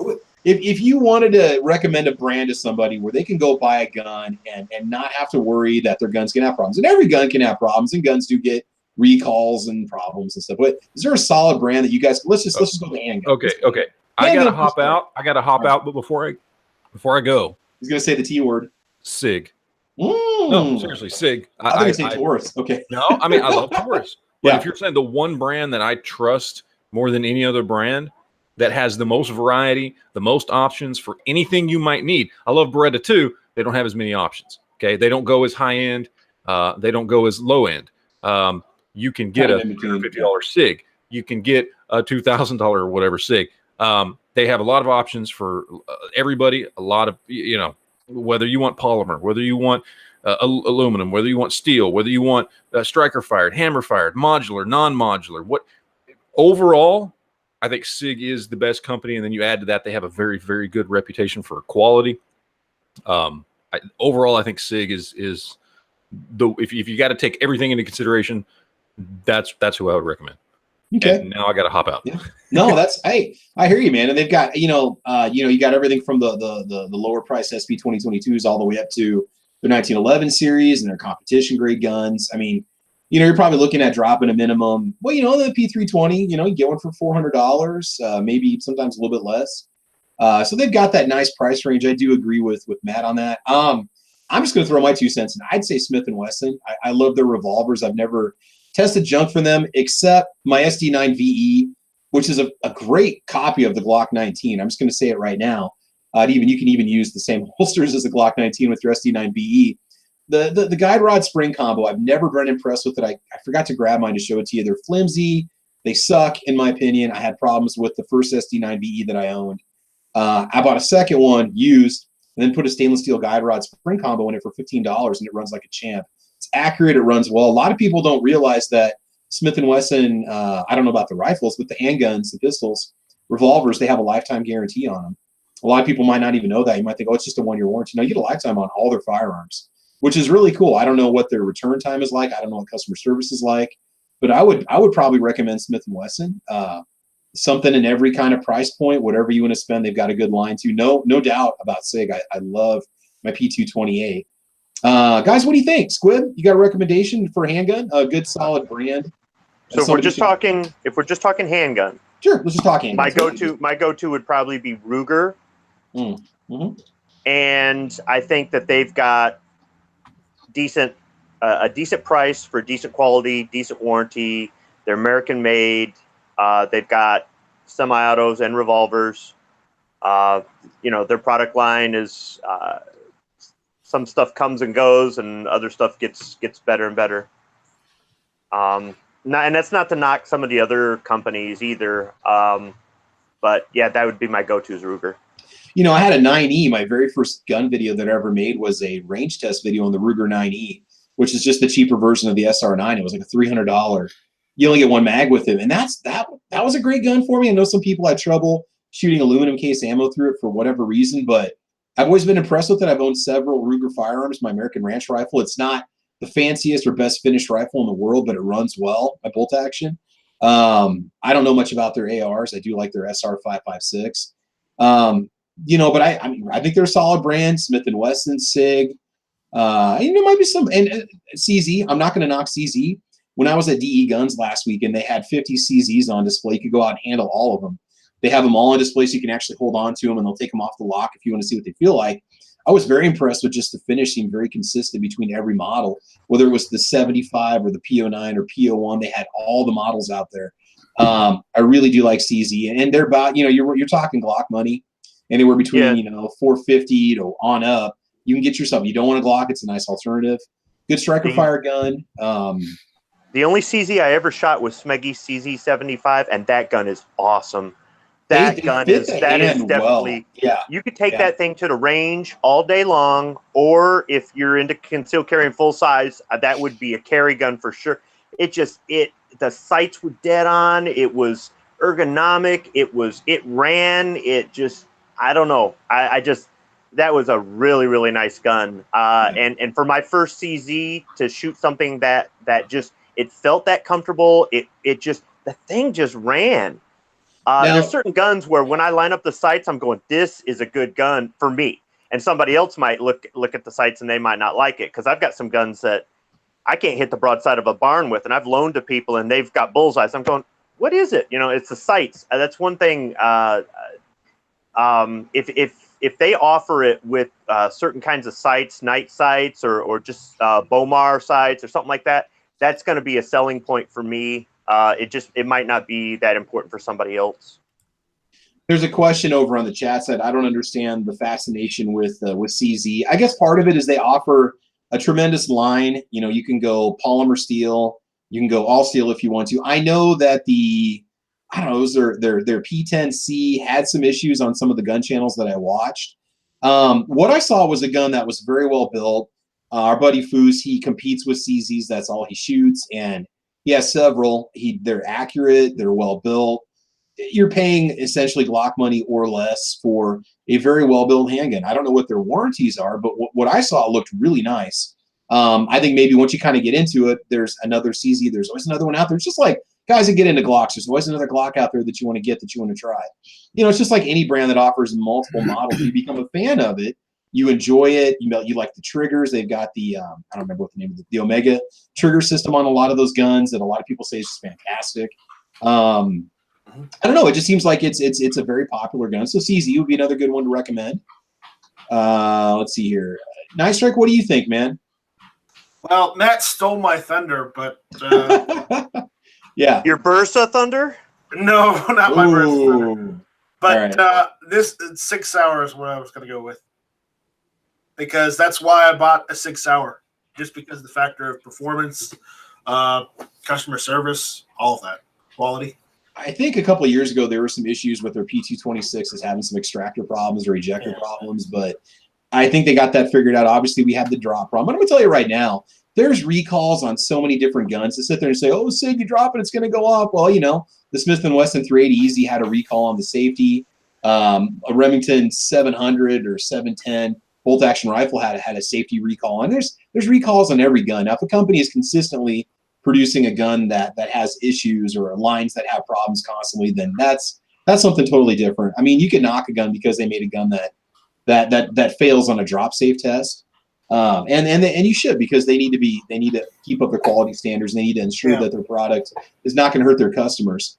But for the most part, I think SIG would be a good choice. I mean, you got a lot of good options here for anybody. That's why I went SIG for my carry gun. What's that? Yeah, that's why I went SIG for my carry gun. Exactly. Because, I mean, they've had problems with the 320s before, but the one I bought is a fixed version, and I got it for like $399. Yeah. So I'm going to recommend Taurus just because I've owned several PT-111 G2s. I've looked at the G2C. I think that they're great handguns. I have several family members that own them and shoot the heck out of them. I've shot the heck out of mine. I've modified mine quite a bit, shot it a lot. I would say if you start speaking Portuguese now, as a whole brand, until Taurus gets their customer service stuff fixed, because I've read so many horror stories and had so many viewers that have complained about these atrocious return times on their carry pieces, 4 months, 5 months, not being able to get parts. And I think that's one of the reasons why Taurus went with a 1-year warranty instead of lifetime, is because they can't keep up with the repairs. They don't have adequate facilities to repair the guns coming in. You might say, well, they're selling crappy guns. No, they sell a lot of guns, a lot of really cheap guns. And when you look at that per capita number that come back to them, I don't think they were ready for the repairs they would have to do. I mean, I would just say the G2C would be one that I would recommend to somebody that wants an inexpensive carry gun that's going to work. Now, there are some reports of the guide rod spring skipping off the back of the rod, locking the gun up. That's happened a few times to some people. I put a stainless steel guide rod spring combo in that one, in my PT-111 G2, and it always ran like a champ. I mean, I'm not going to recommend the whole line, but that'd be one I'd recommend for a good carry gun. But then again, you got the Rugers, you got your LCRs, your LCPs. I mean, there's always another alternative to something that might be a little bit questionable. Gary, what do you think, man? What would be one solid brand you'd recommend to anybody? Well, there's a few caveats on that. I mean, I'm like you. I own a lot of Taurus guns, and I haven't had any trouble with mine, but I did buy one I did have trouble with. I got rid of it. I can't really recommend it as a primary line for somebody simply because of their customer service. Yeah. I mean, and most of their guns have to be shipped overseas to be repaired, and the wait times are just atrocious. And my primary carry is a Glock. Everybody knows that, but Glocks aren't for everybody. Yeah. That they're a little bit pricey, and some people just don't like them. But across the line, from the bottom to the top, and they offer so many choices, all of them solid. I don't think you can go wrong with Ruger. I mean, and they're constantly innovating, constantly putting new models out, and guns that people want to own. I mean, so it's kind of hard to argue with Ruger. And, talking about customer service, Tony, who's on our chats quite often, Tony, if you guys don't know Tony York, he blew his up on some hand loads, I think, that maybe he overloaded one of his rounds and it blew up, or the frame cracked, or the gun blew up, and he called Ruger and they sent him a new revolver. And I mean, I don't know what the time period is for Ruger. I don't know. Ruger might have lifetime warranties on their guns. That may have been the 629 that he got. Did that? Was that? They replaced the cylinder. He cracked the cylinder, and they replaced the cylinder. Even though it was his fault, they warrantied it, and that does say something about their customer service. Yeah. I mean, I haven't heard a lot of, and I've owned several Ruger firearms and never had a problem with them. So, somebody down in the chat, I think it was Sean, said that what did he do? He broke the firing pin. Scott P79. You said I broke the firing pin roll pin on my second PO1. I called CZ. I had a new one 3 days later. I mean, there you go. Zippy says, are Taurus 1911s any good? Zippy, I've tested one. It shot like a champ. The thing is, for what you spend on the Taurus, there's other brands out there that I would rather trust. I mean, I know those 1911 Tauruses probably run well because of the design, the build quality, but I know a few people have had some problems with theirs. I would say maybe go ATI, maybe go Rock Island Armory, or save up and get yourself maybe just a little bit higher end. A Ruger 1911, SR 1911. So I mean, there's other brands out there. They're for the money, you're getting a lot of gun for the money. The one that I tested ran great, but I don't know if I'd want to buy one, especially as a primary carry. I think wasn't it Link had a problem, or somebody had posted a picture of their hammer broke on theirs. And if you look at it, the graining on the casting of the metal was really poorly done, and so they had to get the hammer repaired on their 1911. So I just say, Go ahead, Travis, with the whole warranty thing, I mean, whether it's a 1-year warranty or a lifetime warranty or a transferable warranty or whatever, you're getting your gun fixed, whether it's a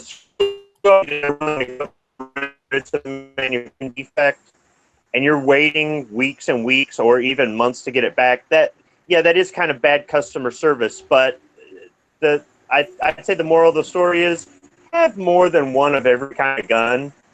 If you definitely need an excuse to get that one past the wife or get it into the budget or whatever it is, well, if my concealed carry semi-auto breaks down and I've got to send it out to get repaired or we're waiting on parts with the gunsmith or whatever it is, I've got a backup one or something like that. Oh yeah, you should always have a second one. Yeah. Gary makes a good point over there. Just remember, High Point is a lifetime warranty. That in itself does not mean it's in the running for the best gun company. I'd say the same thing about Sky. Another one, I probably put more rounds through my Sky CPX2 than a lot of people would ever put through theirs. So and then we'll run one last question through you guys here before we go on. Gary, any other brands to recommend? You said Ruger, right? Yes, I did. Okay. I mean, I'm just going to say, and then again, I got a Glock 17. It runs fine. I don't think there's anything wrong with wanting to recommend a Glock to somebody. My best friend's wife, when their family came to stay with us, we went to the range. She shot my G17 Gen 4 and absolutely loved it, said she had to have it. This was their first firearm they'd never have in the house. She thought it was easy to use. She thought it was comfortable. She liked the extra grips you could put on the back of it. So she ended up buying my G17. We did a legal transfer on it. Yeah, and she loved the G17. I have one just as an all-around, just kind of go-to. So you bought You bought another Model 17 to replace it? Yeah, I did. I bought another G17 Gen 4, and I basically got it for $50 more than what I spent on the one that I sold them. Would you recommend the 17 over the 19? Okay, now initially I did not like the feel of the 19. I thought it felt too cramped in my hand. That was just in the store. But I borrowed, I think it was a 32 or a 33 and 357 SIG from Stan. Took it to the range and I loved it. I thought it was very better handling. It was lighter. It was easier to manipulate.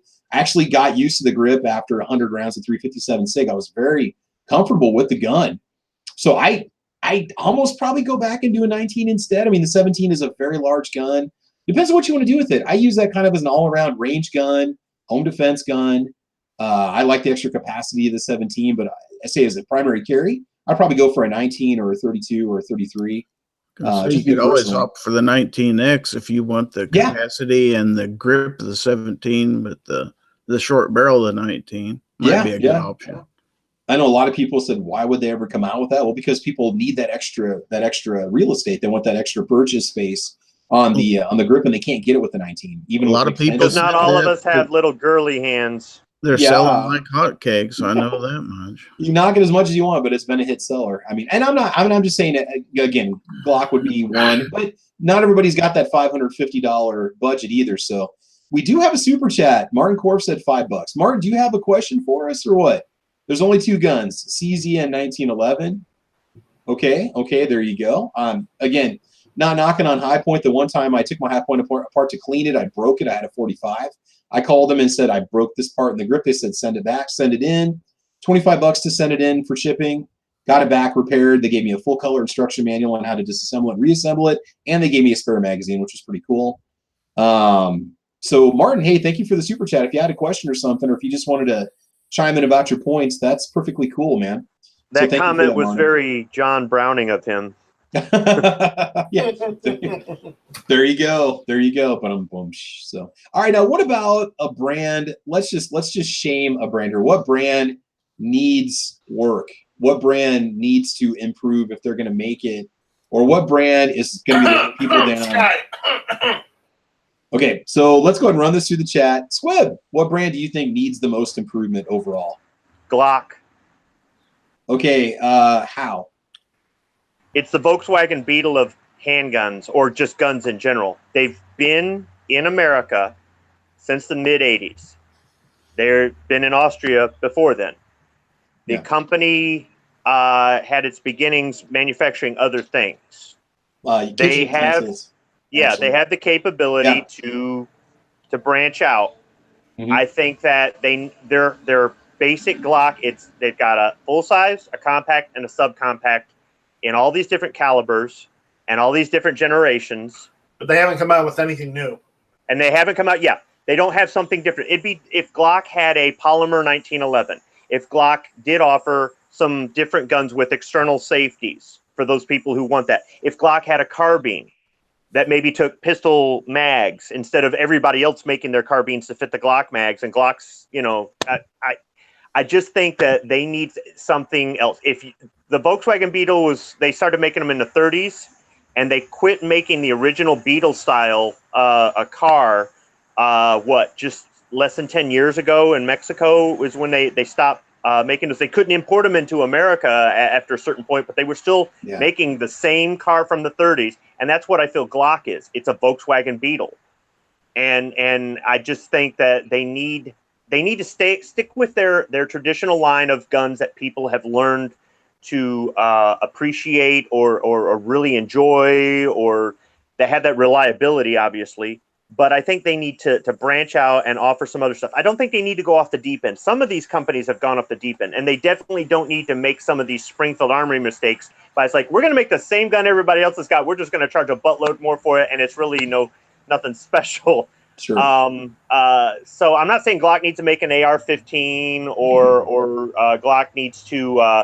I don't know. I think they need to have something other than just the Volkswagen Beetle. Wait. We have this awful ergonomic grip. So in order to fix that, all we'll do is add finger grooves. Yeah, I'm not big on the finger grooves. I know some people like them, and I'm glad that there's options there.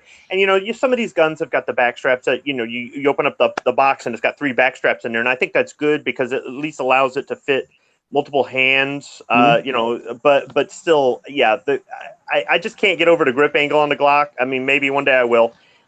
Maybe I should go see therapy on that, but it's just the same old. If I go to a gun show and a guy's got a cabinet full of Glocks and they're all different sizes, they all look the frickin' same to me. I want to be able to pick up a Glock in each caliber and without having to read the side of the slide, or see the model number, know what caliber it is, or in general, they all look the same. That's my major gripe with them too. I mean, when I say improvement, I mean like quality control is what I was talking about. I agree to a point. I've got some literature I picked up from Glock. They've got an annual magazine they put out, and they boast the natural grip angle, the natural pointability of the gun. They did make 29 improvements with the Gen 5s. I'm not going to go get the magazine to read them off, but they did, and I was like, it's a little better in their opinion. Okay. Of the 29 improvements, how many of them are visual? The barrel, the marksman barrel. That's not a big improvement. The opening up of the pistol grip to make it easier to get to. They've got rid of the grip molding. They put different type of stippling or texture on the grip now. Obviously, they got the little pug nose on the front. I mean, there's a lot. The finish is now different. You really notice the finish because it's a darker slide than it is a polymer frame, whereas before they kind of matched. I mean, I have to go get the magazine. I mean, a lot of it's internal also. There's a couple pins that they eliminated that were not necessary anymore.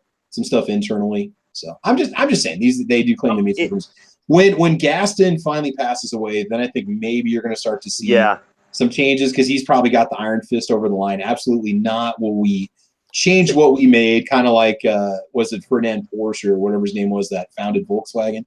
Yeah. But Travis, if Gaston Glock was here today on the chat, what would he sound like? I don't know. What is an Austrian? Yeah, my gun's perfect. You know, Glock perfection. Yeah, even Ice cream.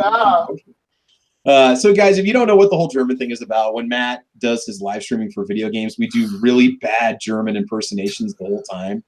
We try to pretend to speak German, and we get all funny. So that's it was hilarious last night. I'm going to be speaking fluent German by the time I get done. If I keep doing this every Friday, I'm just going to be rocking out. So yes, yeah. Travis, you can start teaching German in school. Nine. That's all I know. Ja, das ist gut, and nein. That's all I know for German, which is sad because my grandfather's side, both sides are German. His mom and dad were both German immigrants. So yeah. Travis, instead of just saying jawohl. Vergnügen. No, jawohl. Yeah, what is that? It's also yes. Jawohl? Jawohl. How do you know this? You're Italian. You shouldn't know this. How do I know this? Well, my grandmother is Dutch and German. Oh, man. I hope there's never a war in Europe. Good God. Look, if you want to learn how to speak German, just watch reruns of Hogan's Heroes. There you go. Right. And my mother took German in high school. So. Oh, man. All right. So if you're talking about quality control with a firearms manufacturer with regard to handguns, I mean, my answer would be, look, if the gun brand new costs under $300, that's your warning sign. That's not to say that you can't get a decent, because I mean, there's some Taurus handguns that are decent that are under $300. But for me, that's kind of, unless I'm talking about brand new production. I'm not talking about surplus. I'm not talking about used. You remember they were selling shields for $300 on Black Friday or less. Rugers, your LC, there's some but I mean, I mean, if you want to talk about a High Point or a Sky or Sky, this is one of those. I got the itch, but I got no money guns. Yeah. And then you get it, and then you complain, and then I tell you, you got what you paid for, dude. But that's not to say, on occasion there's even Ruger has got some stuff that's on sale sometimes for under $300, $299.99 or whatever it is at Bass Pro Shop, and it's a real base model, whatever. But at least it gets you into a handgun or a concealed carry gun. But in general, though, and I'm not saying some of these companies mark up their guns to outrageous prices, and it's like, dude, it ain't worth it. I'm sorry, there's nothing special Springfield. But there's I would just say that if the gun is inexpensive, you might want to question whether or not it's necessarily cheap. If all you can afford is a High Point, then all you can afford is a High Point. I say save up your money a little bit longer and get a Ruger, or a Taurus. Here's one from the chat. Sean Pondry says, a gun maker that needs to step up their game, Century Arms. When you're talking about the RAS 47 and the trunnion issues, the headspace failures, a lot of people bitching about having canted sights on their firearms that they order their ARs or AKs or whatnot, not their ARs, but the rifles they get from Century, they beef up their customer service a little bit. And they've got an enthusiastic following because they make inexpensive, good surplus guns. You're thinking like the C308, problems you can run parts kits guns, stuff like that. I got my Wasser, and I had issues with it. Good thing I didn't wait too long to shoot it. I mean, I didn't buy it and then run down to the range with it. It's like, okay, now I've got it. I'll get down, and it was a few weeks, and I had issues with it. And I took it to the range twice to make sure it wasn't the ammo or something else. And I sent it back to Century, and they fixed it. And when I got it back, it ran great. And I tried running everything I could through that thing to get it to fail, and it wouldn't fail. And I go, all right. So, I mean, I actually had a positive. It's kind of like Matt with his IO, right? He got the only good IO. I had a positive experience with my Century Wasser, and my Century M1 Garand has never had a problem, ever. And I've ran ammo in that is way too hot for the operating rod, and it still hasn't had an issue. Okay. I mean, there's going to be some, and, it depends on how much of a parts kit gun you're buying. That could determine the condition of the parts that they use inside of it and stuff. So I don't disagree with Sean on that one. Gary, so Squib, you suggested yours. Night Strike, what brand needs the most improvement?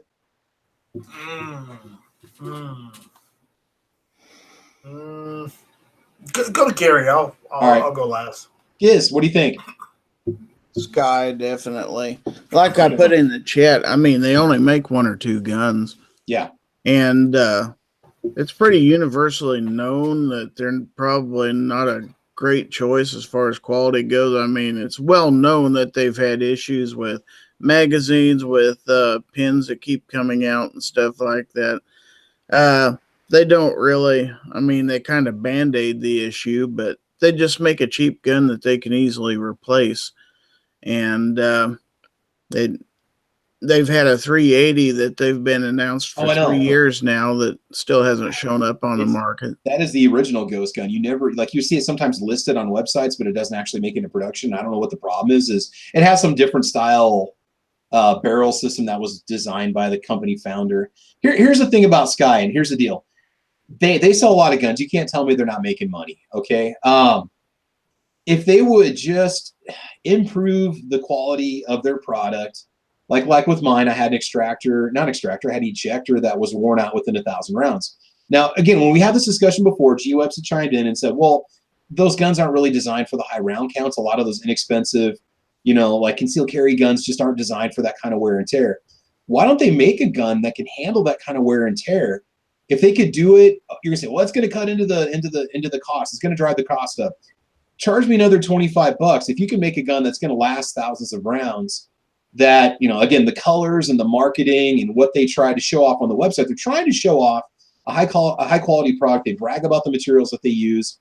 If they made a gun that was actually that durable, I would buy several. Again, that's why our family owns many PT-111 G2s, because they were buying them, putting hundreds of rounds through them, and they weren't falling apart. They had no problems with them, and they were $200 guns. For a while, they were $179. So if Sky would make a gun that's not going to walk the frame pins out in the first 100 rounds, it's not going to have an ejector that's going to fill in the first 1,000, I would buy them. I'd buy them for whatever. Friends, family members, legally transferred, of course. I mean, I would have several around the house. I'd have them in every vehicle. Well, because of the sour experience I had, I want to give them another chance. I'd like to try another one, but I've had 3 and they've had similar issues. And some people complain about trigger springs breaking or trigger bars breaking. It's like, why can't they up their quality game a little bit, cut into their profit margin a little bit to make a better product? You might say, well, that's not what they're about. Again, like you said, Gizzard, they're into making an inexpensive handgun they can replace cheap. They sent me a slide, a barrel, a guide rod spring combo, and a magazine to fix my pistol, which had failed after 1,000 rounds. I mean, they just throw the parts at you and you get it running again.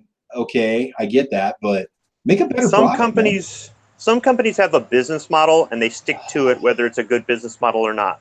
Some companies have a business model that's built on how much money are we making today?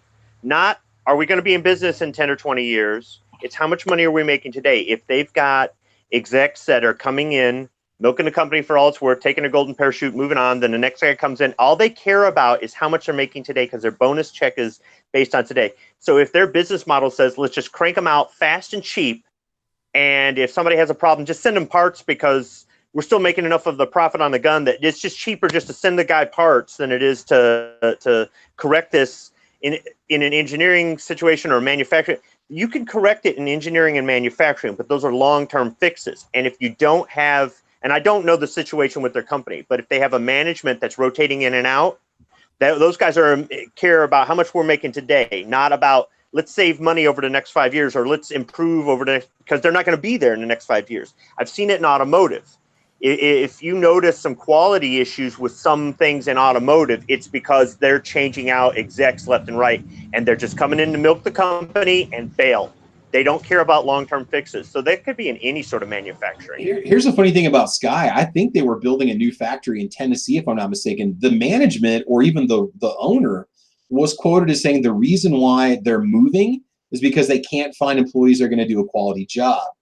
I disagree with that to a point because their machines are casting, cutting, CNCing, machining, molding. I can't imagine that the employee's messing up that bad that the gun is mechanically failing. Actually, yes. So here's the deal.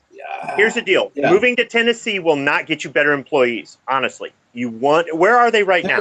They're in Florida. Okay, get out of Florida, get out of Tennessee. Come to the Midwest where we already have people who are used to going to a manufacturing job, working at a factory, working in a factory environment, and where there's infrastructure as far as maintaining the equipment, maintaining the factory, all the safety stuff, all the in the Midwest. And I'm not saying they don't have it other places, because I mean, companies move to other states for the taxes.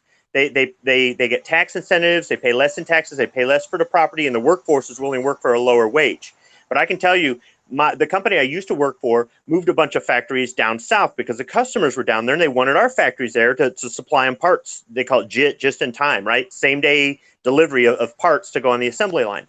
And I said, you guys are not going to like it down there. I'm telling you, I'm from there. The people down there they're not going to be into this automotive factory lifestyle. They're not going to be into this working 3 shifts and all this other stuff. And they're like, oh, you don't know what you're talking about. It's like, look, I'm telling you, I'm from there. You're not. And when they had nothing but labor issues in every state down south, because the people were used to, working different hours, and they weren't used to the overtime. And in the summer, they could claim unemployment and go pick tobacco or cotton for cash. And I mean, they're literally giving people television sets as a gift if they stayed employed for 6 weeks straight, because people were walking out. The other thing is, some of those places are booming, like Louisville, Kentucky. Down there, it's booming so big, you can literally get ticked off, quit, walk down the street and get $1 an hour more to go work at another factory, because everybody's moving their stuff down there. So you could say, well, look, we're getting the tax incentives. Oh, look, the place is booming. Oh, look, the labor is cheap, but the people there are not used to that industrial work base. Okay. I mean, if you put the factory in Peoria, where people have been working for Caterpillar forever, you're going to get a better work. They're going to want more money, and the land's going to cost more, but you know what I mean? So there is a skill set behind that. I mean, when you got tool and die guys, you got people that when the parts are coming off the line, they're actually looking at them and they're looking for the flaws and they're doing the quality checks. I mean, you could say any idiot can work a no-go gauge. I'm telling you what, if you're used to working on the shrimp boat, no-go gauge doesn't mean nothing to you, Yeah. So I mean, maybe it does make a difference. It's a shame. And again, if you have one of these Sky CPX2s, I'd rather have you have something than nothing, because mine was reliable. I enjoyed carrying it for the first 3 years. I had my carry permit, and it did handle the rounds fine. I used to brag about it in my early videos because the thing was awesome. Now and then I started having, after I got the firing pins, after I got the frame pins replaced with the oversized ones, they were better. Then they started walking out, and then eventually I had to send the gun in to get it repaired. I don't know. I wish it was a higher quality firearm, just because at that price point, $200, something, and the colors appeals to a wide fan base. If your wife wants to start carrying because they make a purple and black CPX2, and you're willing to train her and go through the process and make her proficient with the firearm, great, get her the purple and black CPX2. I wish they were higher quality, because they got such a potential. I mean, they're already selling like hotcakes anyway. I mean, when they sell them, they sell tons of them, but I mean, personally, just as a consumer, I wish I could trust the brand to want to buy more, because I'd be supporting American industry. I'd be buying a gun that's going to work. Now, granted, the triggers in them take a lot of getting used to. They're very heavy. They call them a self-defense trigger. Anything that's over, seems like 5 or 6 pounds, they call it a self-defense trigger. I wish they could just change a few things about it. I mean, it's just wishing. I don't think it's ever going to change. They've been making them for, I don't even, 8 or 9 years now, and nothing's really changed other than the colors that they offer in the finishes. So I don't know. So for me, it's going to be, I'm going to have to say Sky also. Nice Strike. Do you come up with a company yet? Nice Strike, you still there? He's going to say Palmetto State Armory. No. Needs the most improvement? Okay, who needs the most improvement, bud? What do you think? Okay, I'm going to say High Point. Okay. And here's my reasoning. Okay, not that High Point does not make guns that work. They make guns that work, but they have their guns have 2 fatal flaws. Okay, one of them is aesthetics, and I know aesthetics isn't really a flaw, but their firearms are pretty ugly. Yeah, because I mean Glocks are ugly too, and people love them. Yeah, and 2, they're too heavy. They're way too heavy for someone to someone who needs a inexpensive gun to use. Granted, they're probably for the younger crowd that just want to get into guns, and not necessarily for like the little old lady who needs a gun but can't afford much because she's on Social Security. But again, I would say that's the reason why for High Point. It's not that they make bad firearms. Know that most of the firearms they make work, but it's just they're too heavy and they look worse than a Glock. Yeah, I mean, nobody's going to doubt that they run, but it would be nice if they could start to evolve the design a little bit and maybe start to branch out more than just making a new caliber of the carbine, that they maybe would make some improvements to the design other than just the stock on the carbine, for instance. So, yeah, there's a lot of potential for a lot of these companies. It would just be nice if they could do a bit more for us consumers that are out there, especially. I think it would bring a lot more people into it, and we can make a lot more recommendations for lower price firearms if these companies had the quality control. That would just be really nice. But again, a lot of wishful thinking today. So, all right, guys, I think we're going to go ahead and wrap it up. We've been going for over 2 hours, and over on the right-hand side, who is joining us? Again, we'll check out the Gun Channel side first. So Paper Plane Crash was with us. Patrick is also over there. You two guys have been hanging out, having a good chat over there on the Gun Channel side. On the YouTube side, we've got Soprano, who just says Beretta. Dude, my PT or my Beretta 92FS Compact Inox is a beautiful, beautiful gun. I'd highly recommend Beretta, but Beretta needs improvement, or Beretta for the win, Soprano. I'm not sure what you're saying.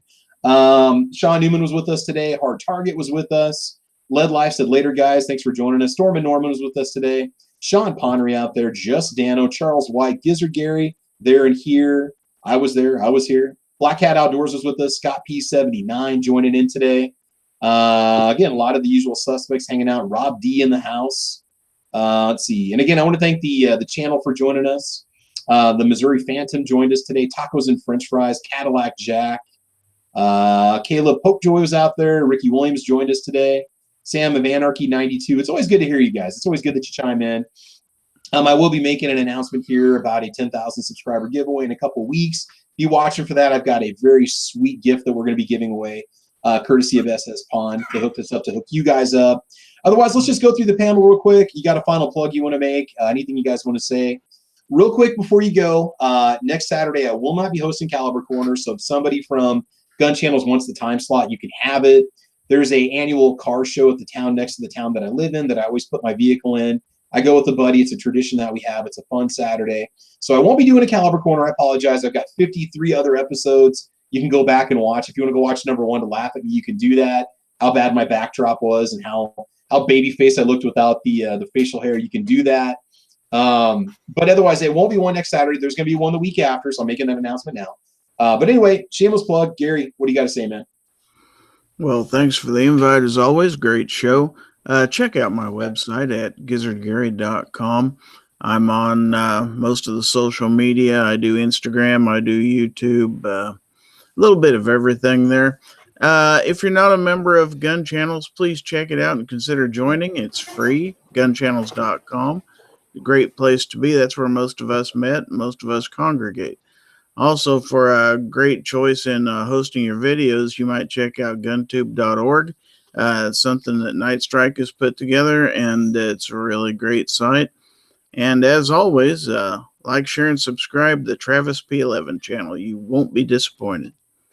Hey, man, thank you so much for that. I appreciate it. Yeah, definitely get over there and get over to Gun Channels, get your account. Great place to go for information. I would trust the information over there more than anybody else. Whether it's legal, gear, weapons, firearms, ammo, whatever. A lot of good information over there. Nice Strike. Anything you want to plug before we go? Yeah. Guys, we've got like almost 40 people watching right now, and we only have 20 thumbs up. Come on, guys. Thumbs up this video. We got 22. We got 22. And I'm surprised. Give Travis some thumbs, dude. Please, hopefully the ups. Hopefully the ups. I mean, yeah. I don't like the downs. There's always that one person that gives me that thumbs down in every single video I do. It doesn't matter what it is, but I guess I know they need to get their jollies off for whatever reason. But yeah, come on, guys, thumbs up the video. I guess check out my website, nightstrike.com. That's NIGHTSTRYKE.com. I got all my social media links on there. GunTube, everything's on there. So check that out. Don't forget Hit or Miss Tuesday nights 9 o'clock. Check out guntube.org for all All your firearms media, man. For all your firearms media, really. All your firearms media. Get over to GunTube. Support it on Patreon, patreon.com/GunTube, right? Yep. Help it out. Let's keep it going. And remember, like, comment, and subscribe to Travis P11. Thank you, man. I do appreciate it. That's awesome, dude. That's awesome. Likewise, back with you, Night Strike. Squib, anything you want to plug before we go, man? No, I think it's all been covered. All right, cool. Good enough. Good enough. As for me, guys, again, you can check me out over on guntube.org, Gunstreamer, UGEtube, gunchannels.com. They're all Travis P11. Again, I do have a Patreon account. If you want to support that, it's patreon.com/Travis P11. All the money that comes into that goes to some other gun channels that I like to support, and then it also goes back to the channel. It bought the AR sitting behind me over there. But otherwise, guys, that's it. Again, be watching for that 10,000 subscriber giveaway. And make sure you follow me on Facebook, Instagram, Twitter. All the links are always in all my videos in the description box. It's great to have you guys here. We had a good discussion today. These are all viewer-suggested comments, and that's going to be the same situation when we meet again in 2 weeks, all right? So, guys, I want you to have fun. I want you to be safe, and we will talk to you soon.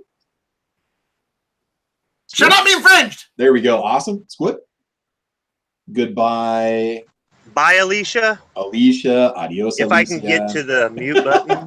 That's all right. It's all right. Gary? Gary, any parting words of wisdom? Gary? He's already checked out. He's eating his breakfast. He's eating his breakfast. All right. It's Sorry about that. I had my mic muted. Give them the bird. Give him the bird. All right, guys. All right, y'all take care. Have a great weekend. We will talk to you in a couple weeks. Peace out.